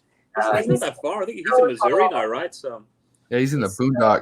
yeah, we've because he was in North Carolina whenever he lived in Charlotte whenever I lived in Raleigh.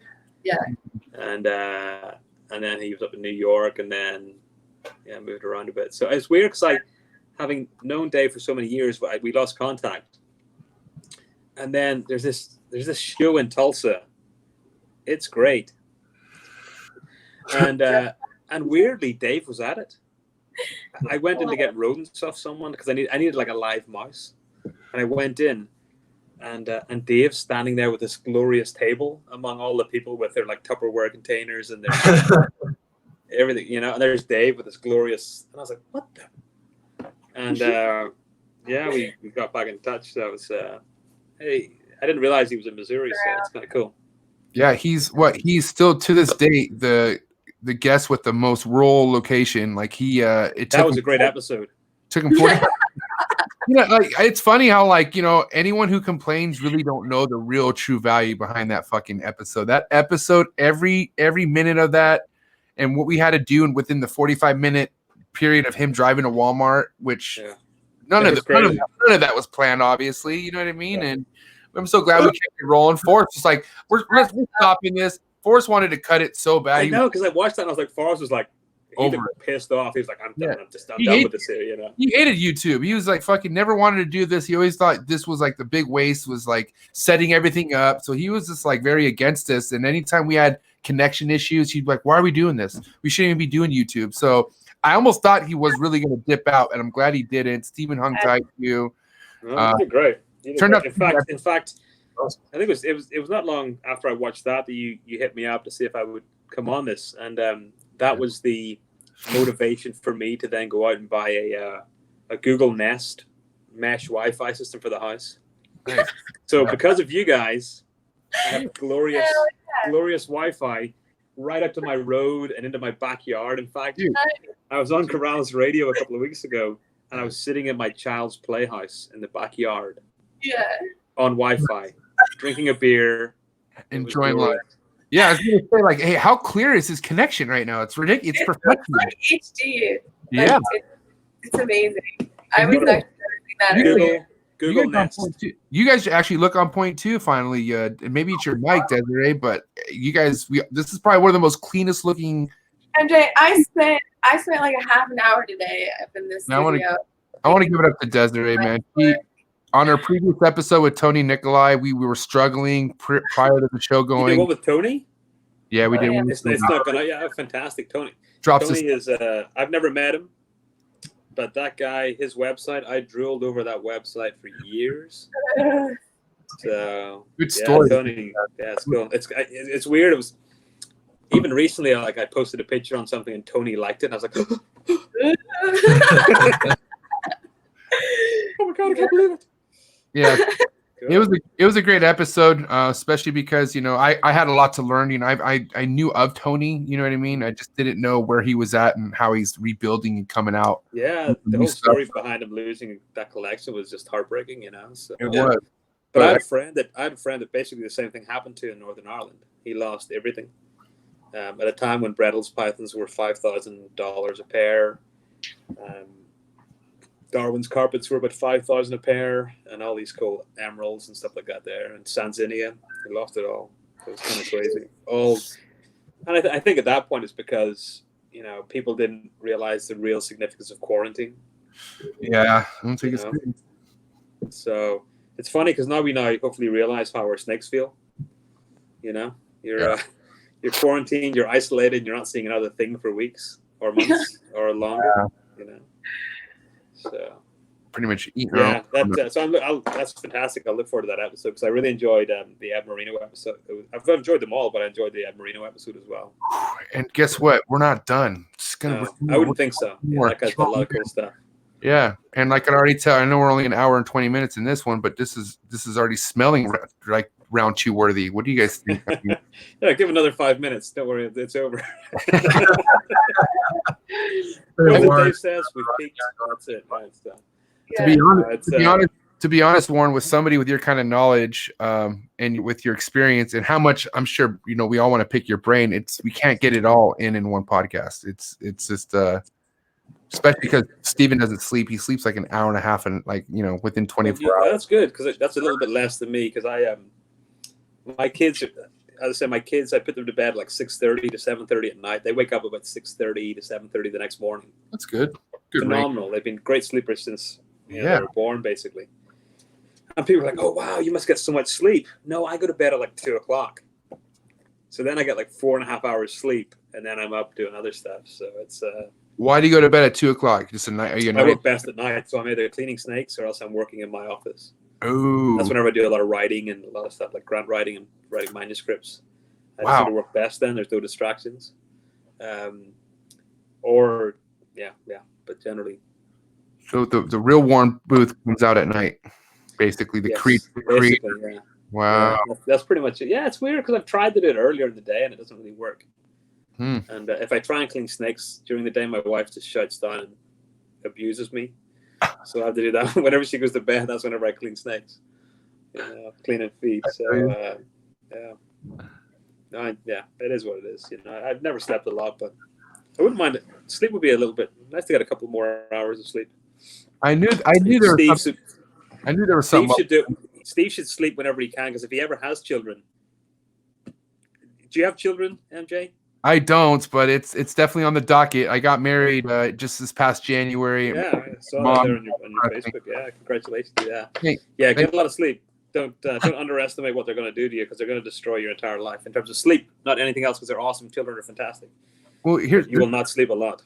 This is how I run, though. I mean, I'm literally up by 5 a.m. I don't know why, but I'm a homebody, so I do a lot of stuff at the house. But I'm up at 5 a.m. and I'm in bed by 10 o'clock. So what? Yeah. What are you, 75? It's weird. All my friends talk shit to me too because I used to DJ and I used to fucking not sleep at all. Period. I used to just go. But as soon as I retired all that and I don't know. I don't know what it is, man. But I'm fucking out like a light by 10 o'clock. And you get your 8 hours sleep and then you're sorted 7 hours sleep. Here's the thing, though, too, Warren. Even if I'm out late, let's say I do go out and I go to bed at 1 or 2, I'm still up at 6. Like my body just wakes up before the sun gets up. Like naturally. That happens to me as well because every year normally I would go to several scientific meetings, and my wife's like, "Oh, you're just going to party and then you get to lie in bed. You don't have to get up with the kids."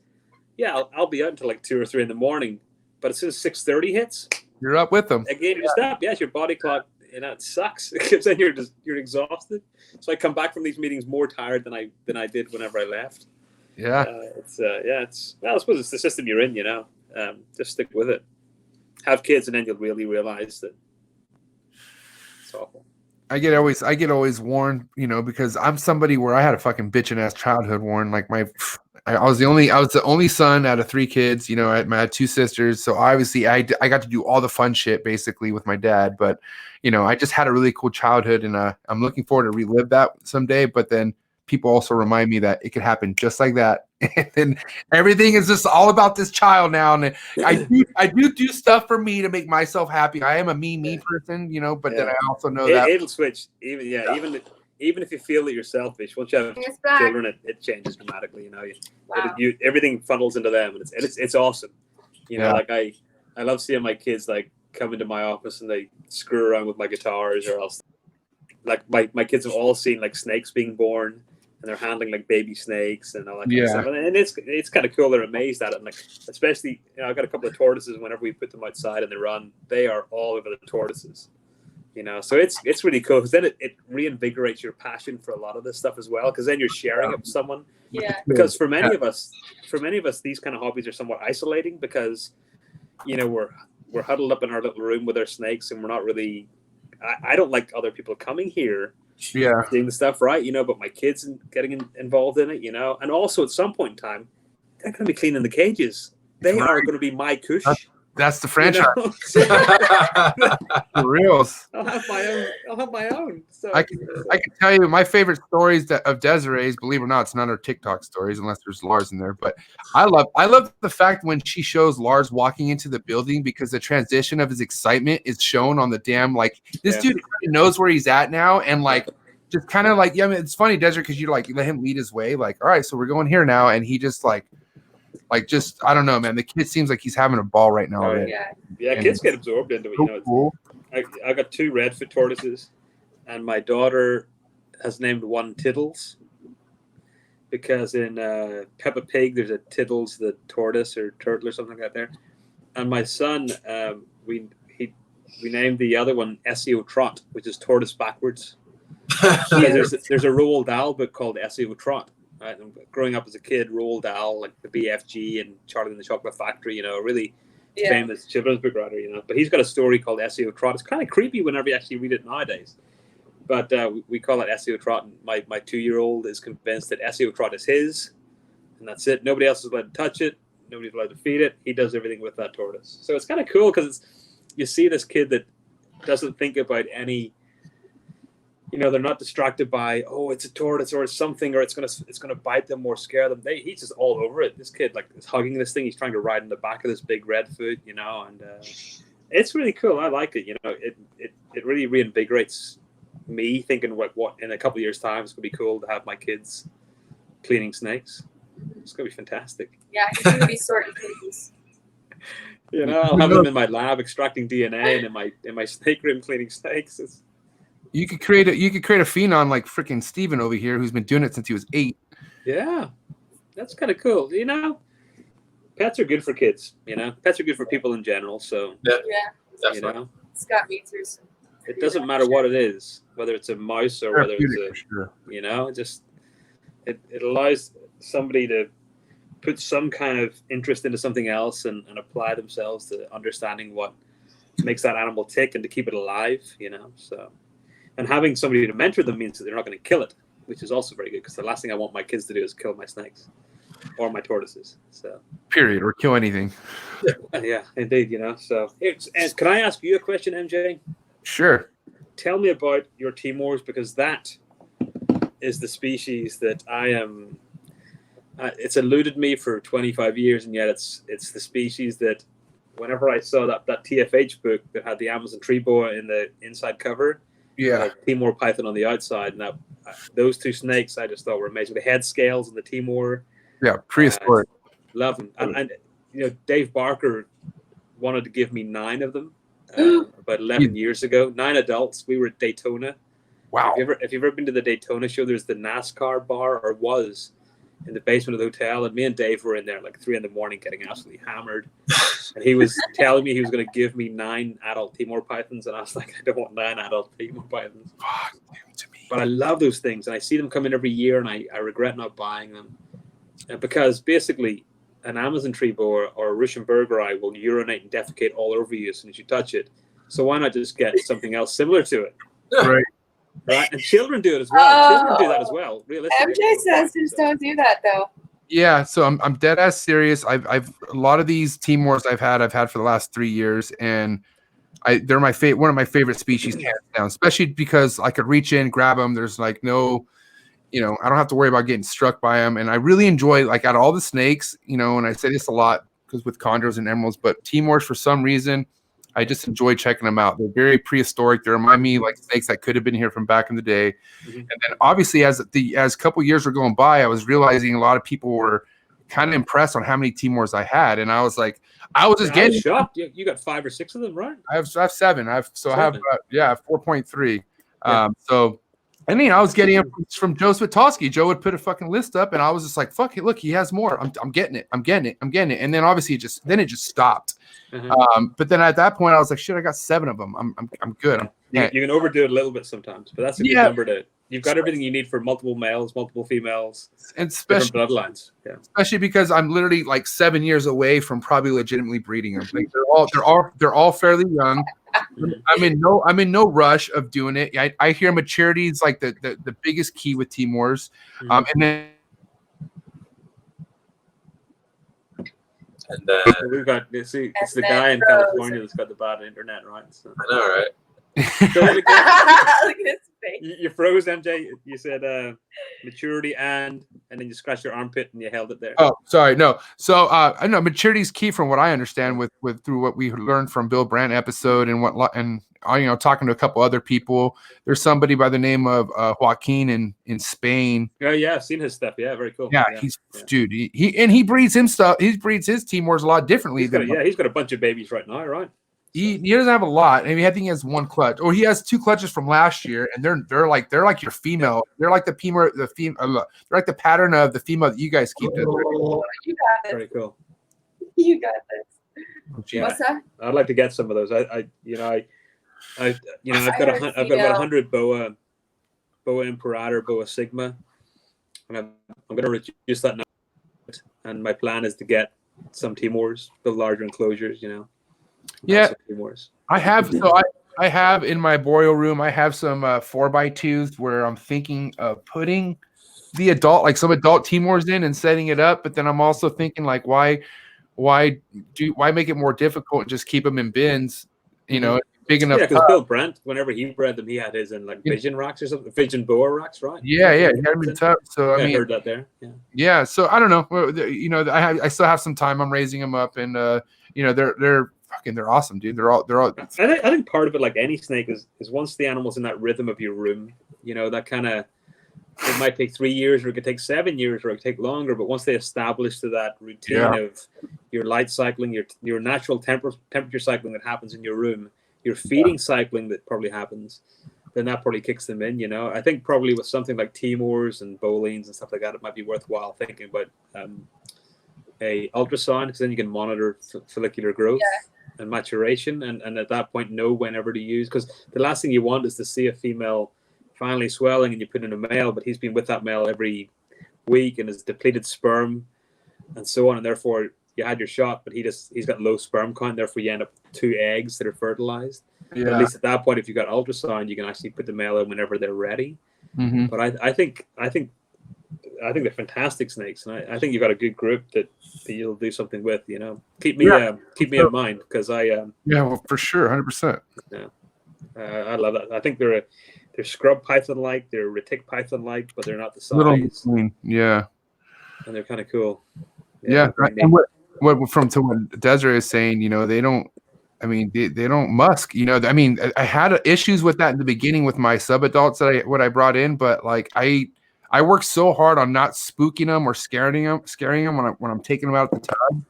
And to be honest, I also don't hold them for like anything more than 5 minutes. You know what I mean? So, and I'm not going to say that like none of them musk whatsoever. I mean, there are times where maybe one, will fucking musk out of nowhere, but it's just not as much as people say that, it's a typical team of musk, So you don't walk around your snake room shirtless, holding the snake around your neck.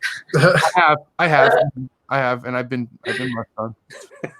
I heard it's good for your. More to the point, you put on the Michael Jackson like silk glove and pick them up. Yeah, it's good for acne.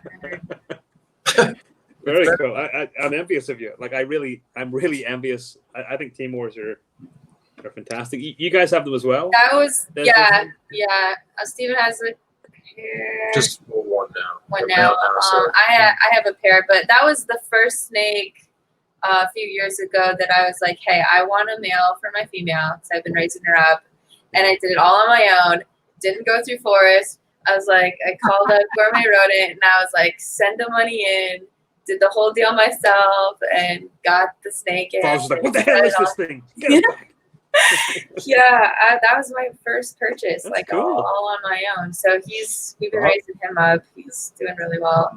And they're not stupidly priced. That's the thing about them as well. $500 something that's actually very uncommon. They're not an expensive animal. Yeah. Forrest had his dream of back when he was having his kick where he wanted to be like like an educate. I'm missing the word. An academic. Yes. It's too late. Yeah, he had his academic kick. His dream was to get a clutch of Timor pythons and throw them right in the garbage. What a dick. What?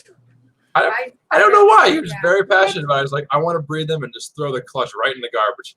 Just say he did it. I don't know. Caught him on a bad day. I don't know why. He said that a lot. I dare that fucker to say ridiculous. He never talked like that to me. That's crazy. I only met, and I want to talk to you guys about stuff that Forrest, we can do it offline. Forrest asked me about in terms of Vibronia and species systematics. We should talk about that more. Absolutely. Yeah. I'd only met Forrest once, but I was very taken by his passion for reptiles. And a friend of mine, Bob Ashley, had also kind of reiterated that. He reminded me of a younger Bob Ashley. Yeah, you know? I just had Bob Ashley here visiting. Oh, it was wonderful. Yeah, he's been our mentor since day one. That's like Forrest sought him out first of everybody in this entire community. That's that was his big one.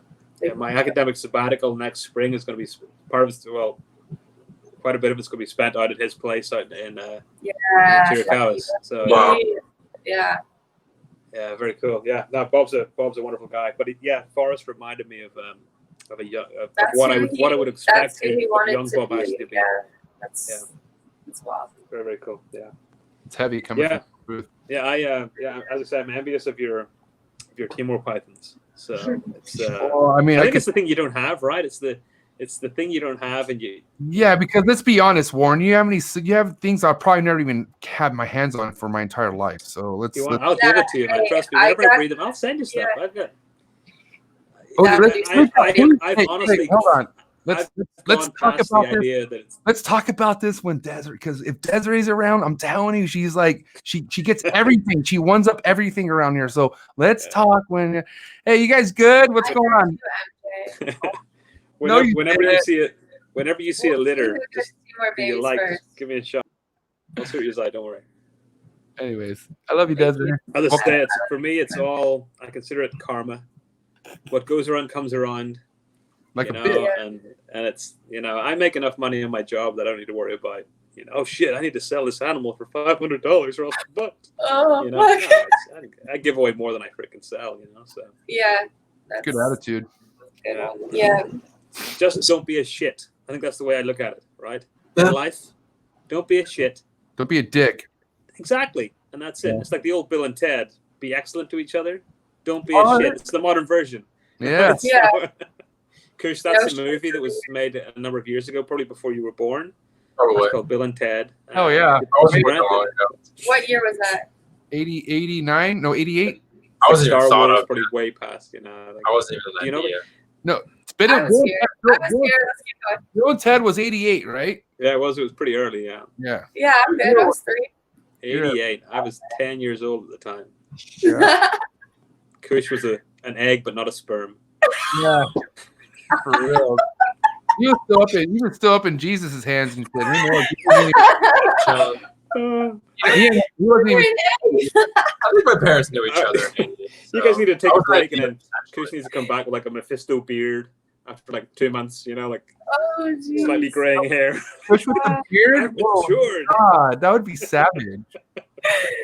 What have you guys got going on over, apart from the emerald and the scrub python stuff's awesome that you're doing. So yeah, that's right now. What else is exciting you? Have you got Tracy Eye? Yeah, so I have one I need to sex. It was a volume, a microphone. What? Silent. Have I gone silent? Can you hear me? Testing. Can you hear us? Yeah, we can hear you fine. Yeah, what about I can hear Kush. Oh, you can't hear Kush? Kush, stay up on your microphone. Can you hear me now? I could hear you, but he can't. Okay, you might have to log back in, Steven. If he can't hear you. If he can't hear Amateurs, you fucking, what is this fucking amateur hour? Jesus, come on. So what else you got, MJ? You got you got some ball pythons. You got eggs tonight. Yeah, I got a clutch. I had this is my second actual year breeding. Like, let's just say that, okay? As far as me waiting, I've only been in the game for about 3 years, so I for the most part raised everything. So yeah, ball pythons is my foundation. That's what I'll never stop it. I enjoy it. If you really like them, stick with them. Yeah, for real. So I'll always keep a small group of ball pythons. You there, Steven? Yeah, I stepped on my mic coordinate unplugged. What a rookie bitch. Just kidding. You know, you can buy Wi-Fi. You can buy like Bluetooth mics as well. Just to let you know. So. You take note of Why that? did we not have you on the show sooner? You would have saved so many of our problems. Here, look, I've been freaking quarantined with a 2-year-old and a 6-year-old for the last 8 weeks. Fair. I haven't been speaking to anyone. Anyway. Okay, about those. Reptiles. What were we Yeah, talking about? Tracy, Sorry, we were talking. MJ and I were speaking. He's asking me So anyway, what. MJ. So yeah, Right. you got the ball python clutch. Yeah, so Cody. ball pythons, and then I have a chondro clutch that's due like in the next 2 days. That's awesome. Yeah, I'm stoked on that. And then that's really all I have breeding species wise this year. I have like probably maybe 6 or 7 clutches coming of ball pythons, but then this coming year I'll have my go at false water cobras. I've been raising. Oh yeah, neat. Yeah, a really nice very pair of super hypo false water cobras. Yeah. And also mangroves. I keep a nice group of really nice mangroves. You do? Yeah. Wow, very cool. I like them a lot. Yeah, really nice melatonin. Good, yeah, good established. They're pretty. Those animals are fantastic. They're bigger than most people think. You know, they can get pretty. The males, man, the males are massive. The males get a lot bigger than the females, and they're very random when it comes to like, you know, kind of just. I mean, not that they're. Well, I guess they're moody, but I mean, it'll go from just chilling to just bam, and you're just. And their venom is actually pretty significant, but their venom. Yeah. Their venom delivery is terrible.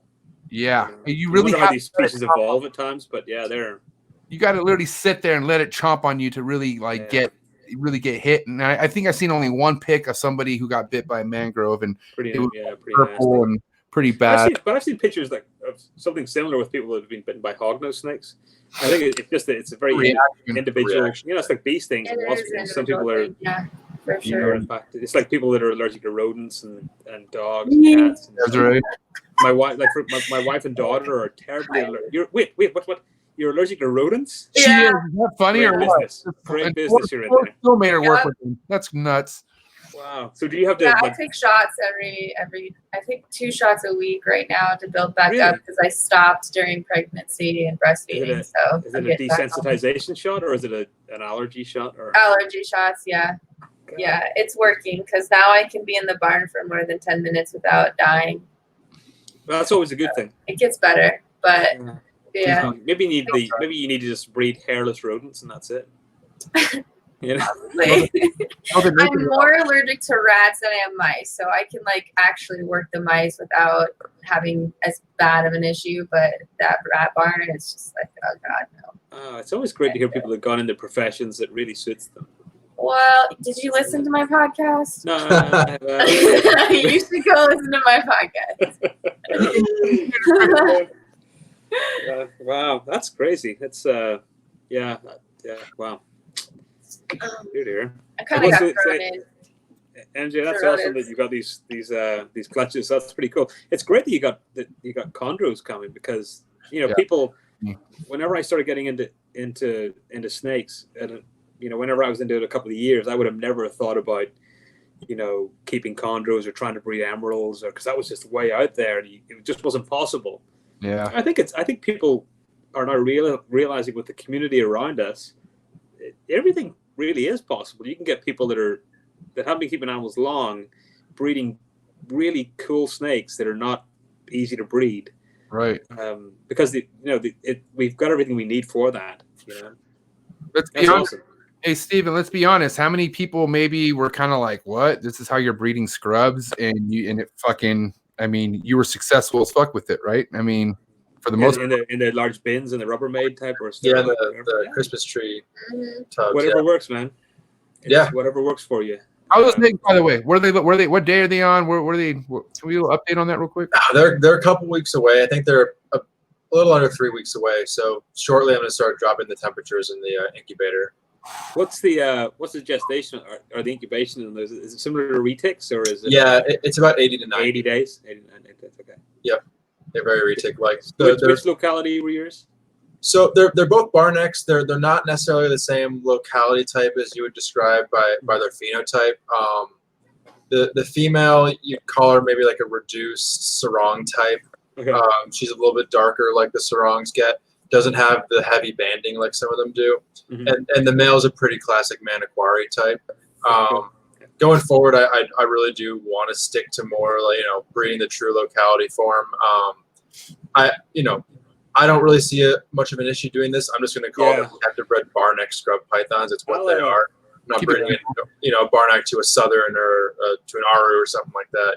I'll talk to you offline and give you some advice about where you think you should go with that. I don't want to talk about it now because papers haven't come out yet, but sure, to give you an idea for it. But super exclusive. Yeah, it's really cool. Patreon page. Grub stuff's cool. Retic stuff seems to be cool. Yeah. You ever breed retics? You ever mess with retics, Warren? I almost did. I almost got a pair of Jampea. Yeah. It would have been 1999, 2000. No, 2000, 2002. No, 99 or 2000. Because I almost traded a pair of Sonoran boas for them. And that Sonoran boa pair, the deal fell through, and that Sonoran boa pair turned out to be the pair that produced the anearthristic Sonoran that set off my, here's everything, and I could trade for stuff and all that there. So it probably would have been terrible if the deal went through. And it turned out that Jampeas were not the dwarf that we thought they were. They weren't everybody was, at that point in the late 90s, people were saying they were 5 and 6 feet. I think we now know that Jampeas are probably more in the 10 or 12 feet. I would love to get super dwarfs. I haven't spoke to Gary yet, but we've emailed and we're collaborating on some stuff with genetic work. But some of the really small retics I would love. I think they're great snakes. It's the reason that I like Timors.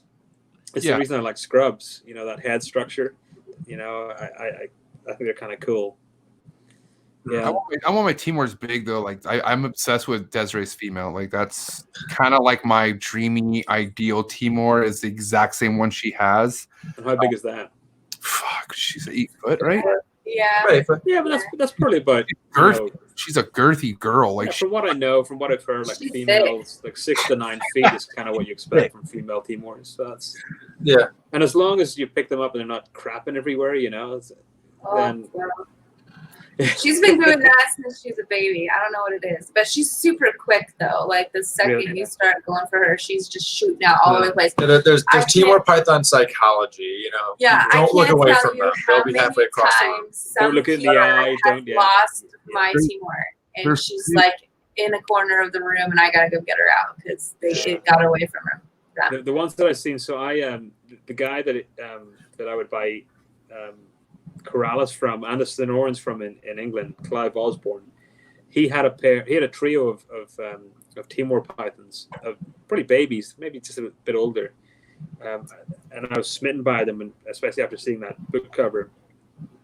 And whenever you looked at those, but they were just like whenever you would look at a retic or a king cobra or some of the scrubs. Like there's some kind of understanding of what's going on. They're not just like. You look at a ball python that's going, oh, okay, what's next, guys? Where's the food? A scrub or takes that going, I'm thinking about this a little bit more, and I'm kind of clued in a little bit more. And I think Timors and I think retics especially are really intelligent snakes. Let me ask you this: if you can kind of add that kind of aspect to them, but I think they seem a bit more clued in. Desiree, what kind of eater is your female? Like, is she like right there? Like, is she a hitter when she smells the food, or does she take a little bit to like mess around? Like, no, she eats right away. What about your you have a male, or you have one left right now, right, Steve? The male. So recently he started just to strike and wrap, but before I would just leave it in there for him. But he was pretty reclusive and scared. It took me about a good year to get these Timors to just like want to eat like right off the bat, because a lot of them came in super timid. My first Timor that I got didn't eat for 9 months. 9 months. And I was like and that was when I was kind of a noob, and I was like, is this normal? And like luckily the guy was Joe, obviously, he was telling me, look, it's just hang in there. And I'm scratching my head like, yo, what the fuck? Like, and then sure enough, I don't know what it was, but it just started eating. And did it lose a lot of weight in those 9 months? Yeah, it from what it just, I don't think it lost a lot of weight. It just stayed stable the entire time. Yeah, that's good, because I think one of the things that can happen with snakes is that they lose a lot of weight, and then we get to a point and no return. They either suddenly kick in when you're holding like a big rodent and they take it, or we force something down and they die a couple of days later. Yeah, I've seen that. I've heard of that happening. Well, the reason for that is because with reptiles, it takes energy to digest food. Right. Whenever these things are a bag of bones, they're done at that point. So they die trying to survive. And it was a pre-kill that I left too. That's I ended up just leaving a fresh killed rodent. It's weird, in all the animals that I've raised over the 25 years, I've got a leopard boa that did the same thing. Didn't eat for 7 months from birth. Yeah. And then one night, just took a defrost pink rat. He's like, and then took off from there. It's just nothing changed. You kind of wonder what happens in the psychology of these animals that makes them switch from off to on. Yeah, dude. It's but with with animals like Timors that are, I don't know what way they're being done. They're not farmed. I would imagine they're probably collected. They're getting picked right out of trees and shit. From what I understand too, Timors are super arboreal. Like I would imagine they love being in the trees. I forget the guy's name, Juan. I can't really pronounce his last name. It's super Indonesian, but super Indonesian. Yeah, I don't know. I'm sorry if I. But anyways, he has a YouTube channel and he's fucking literally posting him walking into the wild and pulling. I've watched that. Where he finds like a Gravid female under the stuff, or I'm like, dude, and he's finding full sheds, and I'm like, is this being staged? Like, are you just? But it looks legit. Like do you see the guns he has? Like, dude, he's like militia, like military or something. It's nuts. Do you guys know who this guy is, Steven? Have I sent you any of his videos? The Timor guy. He walks into the wild and just picks Timors out of the trees and shit. You just have to put on silent because you can't understand a word he's saying. So you just put it on silent and talk to your friends. There's some cool stuff that's like finding like Gravid Timors in the field, and I guarantee Ari probably knows them. We'll just hit up Ari. Yeah, that's cool. So do you think that your Timors would make you want to keep bowlings? Say that one more time. Yes. Do you think that having Timors would make you want to keep bowlings? I heard. Anything repeat it again.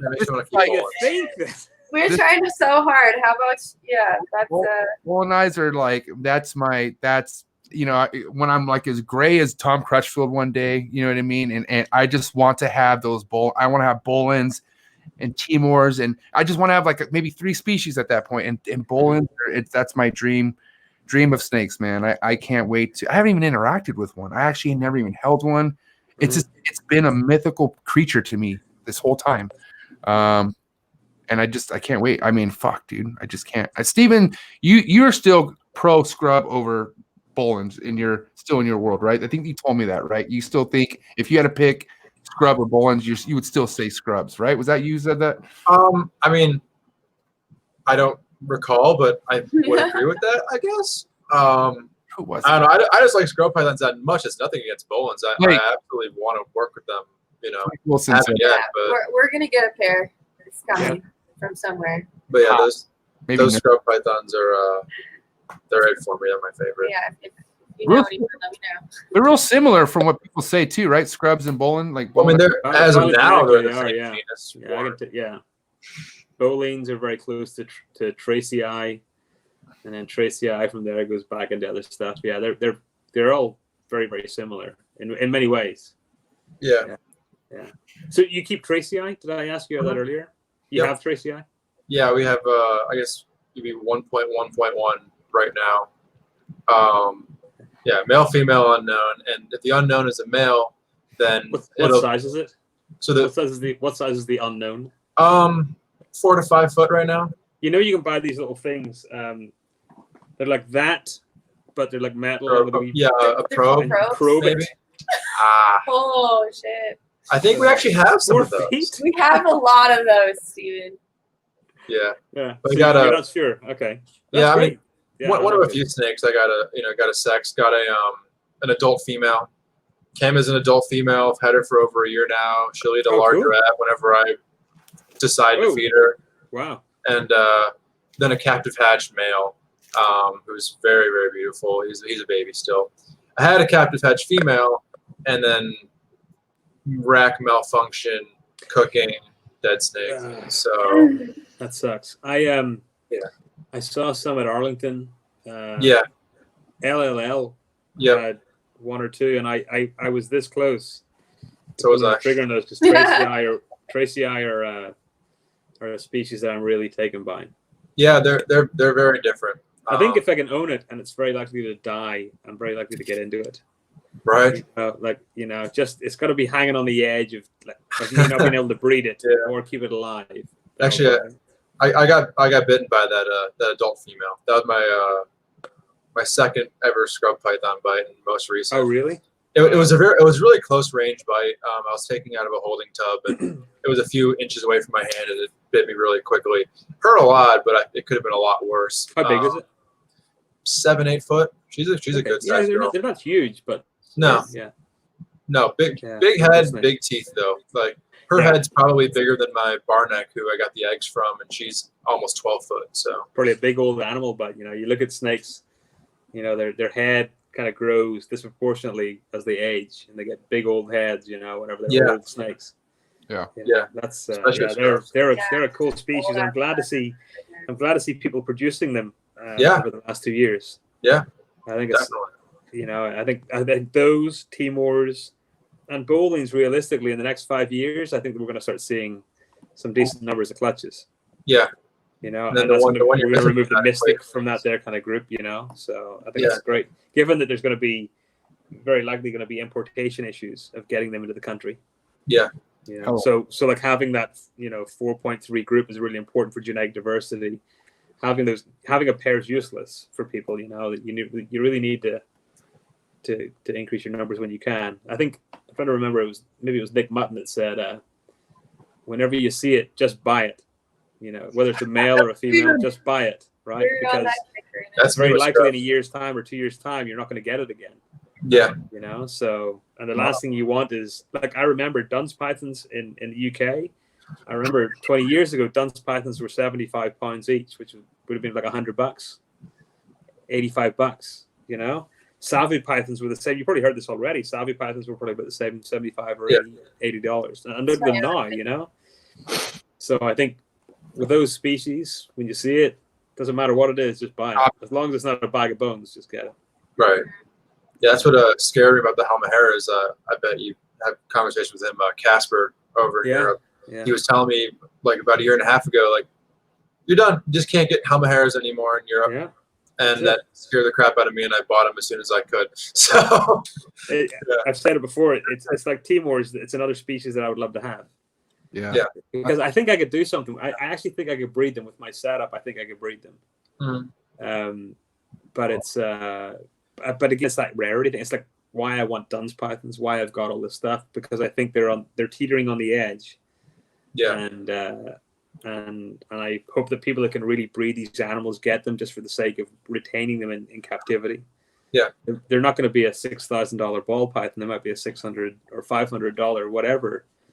But that doesn't mean that they're not valuable in the hobby, Right. True. Yeah. It's always nice to be on that cutting edge, I love having those species here, especially with a lot of what we keep, just like you're talking about, those we're not breeding reptiles right now. If you don't breed them now, it might not be here. Literally, it's funny. Like if I had a time machine, I went back 20 years ago, what I could buy 20 years ago, and I didn't even think about it. I didn't even think about it. I thought, it's here forever. And the funny thing was that 25 years ago, ball pythons were hard to breed. Yeah. Right. You get this total flip flop of how things have changed. So it's interesting how we view the hobby, and we shouldn't ignore these kind of unusual species because they're not worth money. And I think that's the problem, that people view the hobby as a cash value and not as this is really awesome. Yeah. It's also then it's not worth money now because nobody cares. There's some people who've taken something that is essentially nothing showed the world how great it is, and then huge market shows up because now everyone actually realizes what they're looking at. It's all entirely cyclical. I can tell you about Brazilian rainbow boas 25 years ago. Mm. They were expensive in the UK. They were hard to get, and whenever babies were born, they went for a lot of money. And then 5 years later, a bunch of people had them, and they overbred them, and they couldn't sell them, and therefore people didn't buy them, and therefore they were lost somewhat from the hobby. Yeah. And then the demand happens again, that people want them again, and the price is high. So this whole cyclical process. Same thing happened with Hog Island boas. They were first brought in rare, then they realized you could breed them very easily. Demand went down, and then nobody bred them, and then it went up again. I bred Hog Islands for the first time this year. Mm-hmm. I sold the entire litter in 45 minutes. Yeah. Without advertising it. I posted a picture of babies being born on Instagram, and I got hit up by people that wanted Hog Islands. And I had a terrible ratio of males to females, and people all wanted anything they could get. And so it's interesting, you just can't predict what's going to happen next. I don't think it's going to happen with ball pythons. I don't think in 5 years' time people are going to say, God damn it, you know what I wanted? Fucking head ivory ball python.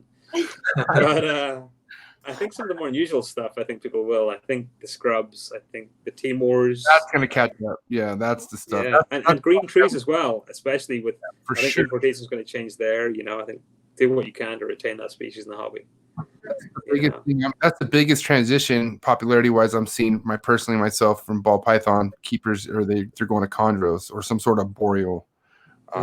So I think it's neat. But Warren, this has been like an amazing 2 hours, man. Has it been 2 hours? Yeah, it's been 2 hours. God, jeez. It's been a solid session. Steven, Desiree, do you have any wrap-up questions for our man Warren real quick, or anything that you want to say to him?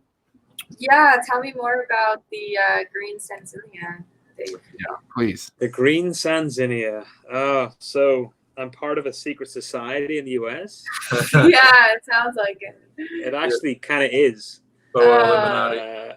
Where there's an inner group that have them, and when you're in it, you're in it. When you're not in it, you're not in it. How do you get in it? What's the secret code? We ain't in it. It's mainly nipple showing and right testicles. So okay. That's fine. I got my right testicle still. I'm willing to sell it. It's weird because in Europe, green Sansinia are readily available, or somewhat readily available. The whole CITES issue is a pain in the ass. Yeah. I was able to finally secure some green Sansinia, and I've got some more coming this year, all being well. And great snakes, pain in the ass.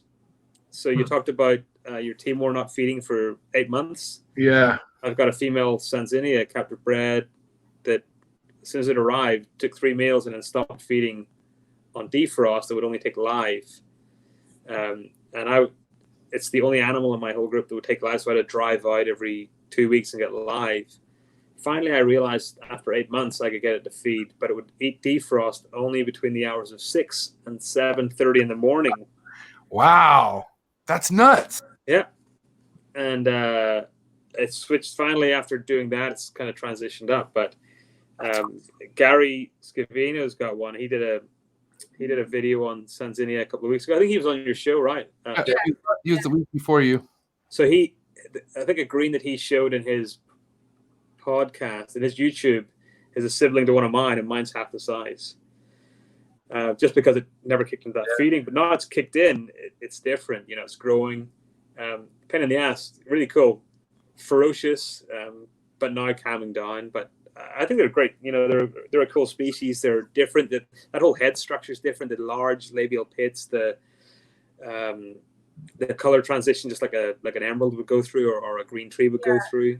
Really neat, and cool species. Just again, a species that was present and somewhat lost to the hobby, and they're not as easy to keep in terms of not as easy to breed. Very easy to keep once they feed. Right. Very tolerant of conditions, but not necessarily easy to breed because they need to cool down quite a bit. Yeah, neat species. I like them a lot. You know, have you got any? What did I get? We had a pair of the mandarins. Yeah, I like those a lot as well. Yeah. Yeah, not currently, no, but I had always wanted to get the green. That's what we were seeking out, Forrest and I. But I don't know too much about them, like how big they got or condition. Give it a few years. They're not big. Give it a few years. Give it a few years, and they'll appear in your collection. Don't worry about that. Oh. You know, so they're a cool snake. They're I got the whole neat to have. one at the place Steven worked at. That was really neat. Yeah. Yeah. They're neat. I think it's the whole face of them. You know, they're just that whole. There's really big heat pits, and you know the labial scales. They're just really cool looking. Whenever they bite the shit out of you, it's not pleasant. They look venomous. They almost look venomous. They do, and I've had friends say that they have that kind of look where they're somewhat venomous looking, and they're great because again, mine that went through the shitty feeding phase during that period, you'd pick it up and it was like an anaconda. You know the way anacondas will strike repeatedly ultra fast. Right. This thing would do the exact same thing, and literally in the last 4 weeks, it has calmed all the way down where it's as if nothing ever happened. You know, and you pick it up and it's great, and it's. They're really neat. They're a fun species, and the mandarins are really cool as well.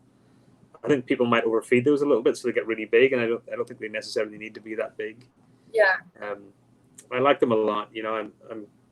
Yeah, I liked the mandarins we did have here a little bit. Yeah. They're really cool.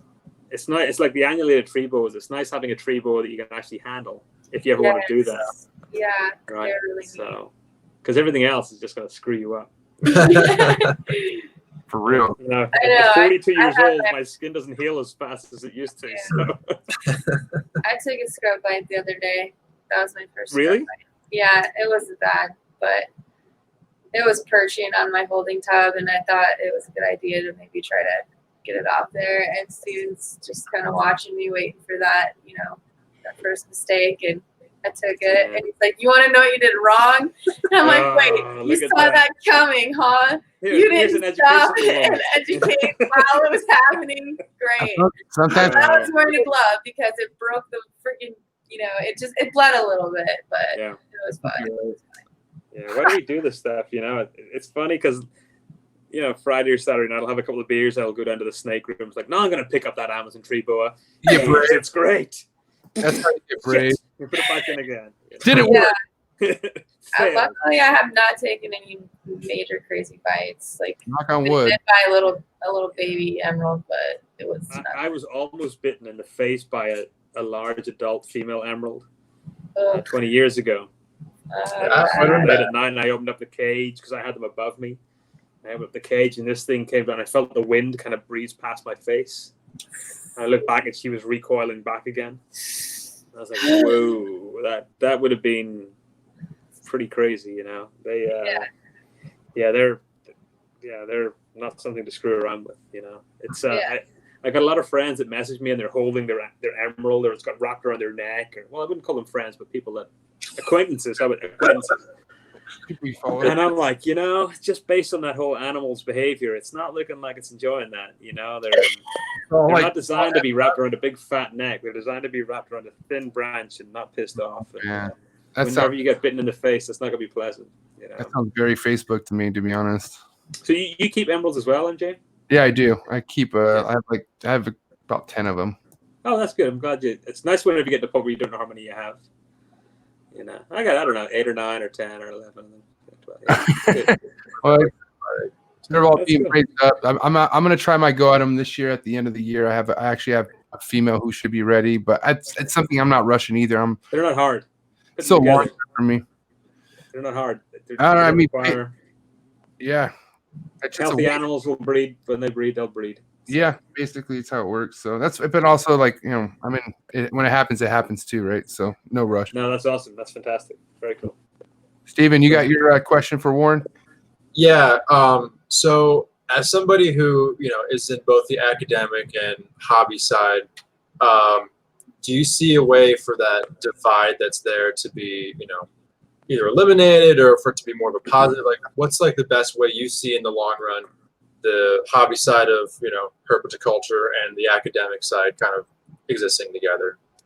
Yeah, I hear about this divide a lot, and I don't see it personally because I'm in it. And the fact, you talk to the majority of academics that are herpetologists, they also keep snakes in some shape or form.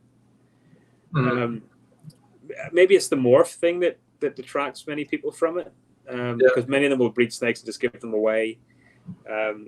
But I don't necessarily see the divide. I think it's going to change as well because the next generation of academics that are coming through because they got into snakes because of stuff that we do, right? Maybe the morph stuff, or maybe it's different than before, where you talk about, why did you get into herpetology? And they're like, oh, because I caught a garter snake in my yard. I think what's happening now, if you talk about the next generation of people, it's like, well, I saw online this really cool ball python or boa or video, and I think that might change that whole. I think maybe it's just a generational shift, and it'd be interesting to say maybe in 10 years' time, do we see a difference? But for me, I've got I keep 150 snakes and a couple of tortoises, and I run a pretty successful academic lab, and only a small part of that's on reptiles, but we do some really cool stuff on it. And I don't see the divide. And I'm also I'm a board member of USARC, and I have been for the last 10 or 12 years. And I don't necessarily see the divide that people think is there. Maybe it's not. I don't think it's real. I think people think there's a divide, but I don't think there's necessarily a divide. I think there's some people in the academic group that are not against reptile keeping, but are for their system and their studies, and they think is right, they feel is the way forward, and it's not necessarily the right way in captivity, if that makes sense. Yeah. So do you think most of that is just the keepers feel like everyone's out to get them or something? They feel like academics looking down on them. I think so. I think it happens everywhere. It doesn't matter whether you keep guns or you have pit bulls or you have reptiles. I think you always think, no matter what in life, there's some people that are trying to take things away from you. And I don't think it's necessarily the case. I definitely don't think academics are. I think information that academics generate can be used against them, used against it. But that's not the right thing either. That's people using correct information incorrectly. Yeah. And I think what it needs then is advocate groups like USARC to be able to come back and say, no, the science actually predicts or depicts a different story, and this is the way we should go with that. Yeah. I don't think that academics are against herpetology. Like, you go to Arlington. When I was at Arlington last September, was it August, September? I was walking around. John Campbell's there. Butch Brody's there. These great, really famous herpetologists, and they're walking around just as amazed at these animals as we are. So I think people are looking at it the wrong way, honestly. Okay. Maybe I'm totally wrong. Maybe I'm very naive because I've come into it, from both aspects at the same time. Yeah. But among the people that I know, I don't see a divide. Warren, I have a question. My final question for you, Warren. Being that you've been in the hobby, since in Ireland, you're already involved in this, right? So, and you moved over to the States. Seeing that you have it, you're from what you've seen in the community and whatnot. I just want to know, in your eyes, where do you think that this is going to go in the next few years? Like, where do you think the future holds for the reptile community, USARC, all that stuff? I think we're always going to be running to catch up for legislation. It doesn't matter again what it is. It's never going to become this harmonious planet where everybody is happy to live with everybody else. There's going to be a case of running to catch up and fighting legislation. I think people need to be realistic about what they keep, and I think one of the things that goes against this is that many people get into this hoarding mentality with reptiles. Mm-hmm. They have as many as they can, and then it overwhelms them, and that ends up badly. It just takes one person to get reported of some case, and that ends up badly for the whole community. Yep. And I think also people get into it for the wrong reasons, such as money. They think their ball python or their boa or whatever is going to make them a lot of money, and they're not into it because they're really passionate about the animals. And I hate the word, but I don't hate the word passion, because you should be passionate about your hobby. I think there's going to be a realization that it still is a really cool thing to get into. right? And do it right. You don't need to have 600 ball pythons in a rack. You can have 6 emerald tree boas in cages, or 1, and it can be just as exciting. And people get really more into working with them. Like you see this whole emergence or re-emergence of enclosures that are more naturalistic. I think that's kind of cool. It doesn't work for every species, but I think that's really neat because that takes away I need to have 100 ball pythons in a rack, and instead I want to have 3 really cool enclosures with all these snakes going around and live plants and stuff like that. There again, it brings it more back to this kind of fish tank mentality that many people had. Really cool species with cool live plants and stuff like that. There, I think it's changing. I think what we're going to see is not what we're going to see in the next 10 years is not what we've seen in the last 10 years. I think the ball python market is driving that because it fluctuates so dramatically that people no longer see it as the big dollar bill that they thought it was originally, and now they're coming back and saying, you know what would be cool? Have this species and put it in a tank and see how it does. Get a tree boa or get a corn snake or and really enjoy it for what it is. Don't put it in an opaque drawer that you're not going to see anymore. You're going to see it once a week when you open it. Yeah. I think that's the case, and that's what we should be. We should all be keeping snakes that we're seeing and really interacting with, Otherwise, why do we do it? Otherwise it's collecting baseball cards or whatever, it's but it's a living thing, like that makes total sense. Enjoy it. If you're doing it, make sure you enjoy it, period. And that doesn't take away from people having large collections as long as they're enjoying it and they're looking after the stuff, so but when you got something, strive to know everything you can about it. Yeah. And especially these rare animals that are not being bred, because only whenever they're bred does that reduce the strain on removal from the wild. So can you imagine having multiple lineage captive bred Timor pythons, or multiple generation captive bred bowlines, or multiple generation captive bred Trinidad tree boas, or whatever, right? Anything that could potentially be taken from the wild. I think that's a great thing to have as well. 100%. And in line with that, strive for diversity. Don't breed siblings together continually. Right. When you can, try and be unrelated, as far as you can go, And that's it. Really, that's it, Awesome. Warren Educate Booth. everyone. Love everyone. Don't be a shit. Don't be a shit. Don't be a shit. Warren, I appreciate your time. You are somebody I enjoyed really speaking to. I know Desiree and Steven are with me on that. Round 2, definitely in the future. I can already tell, man, you have so much information. And hopefully want to see what your breeding season looks like this year. Listen, we got this year's quiet. It's fun. The rest of the year I got 1 boa due and then the emerald and the Costa Rican, but next year will be a big year. Follow my man Boa Booth, which is AKA Warren Booth. How active are you on Instagram, Warren? Would you say? I think I try to post every few days. Okay. Yeah, every few days. So, Warren, you've been amazing, man. Thank you so much. Thanks a lot, guys. I really enjoyed it. We'll be in touch, okay? Yes, absolutely. See you, Warren. Enjoy it, folks. Take care. Have a great night. Have a great weekend. Stay safe. You too. Fucking Warren Booth. That was a crazy episode. That was. That was words. That could have gone 5 hours, I feel like. Easily. Yeah. He's like, wait, what? 2 hours? Really? I'm tired of putting so much shit on everyone's plate in one session. We're going to spread this out. It's like Warren's saying, we don't feed something every 7 days. We got I want it to be so bad. Like, but my noodle needs it every Wednesday at 5 o'clock. Like, I was just holding that back. Like, I can't. God. Like I said, this was an amazing episode. Your guys' audio quality was on point. Very excited. Yeah. Good job, Desiree. Very proud of you. Let me talk. Good job, Desiree. I'm just kidding. No, seriously, guys, way better on the 2 mics, and good stuff, man. This was amazing. Stand by for next week. We have more stuff coming. Yeah, we always do, right? That's just kind of how we roll. So who do you think we are? We're Unfiltered Reptiles Podcast, the sickest podcast out in the hobby, man. Our track record says anything. It's not going downhill. Yeah, we're literally batting 1,000 at this point. But You guys have a wonderful night. Thank you for tuning in. Oh shit! What? Oh God, nothing. I thought somebody opened the door. I thought somebody came in. It, right? I think so. Oh God, thank God. All right, guys, we're out of here. Have a good night, and we'll catch you on the next.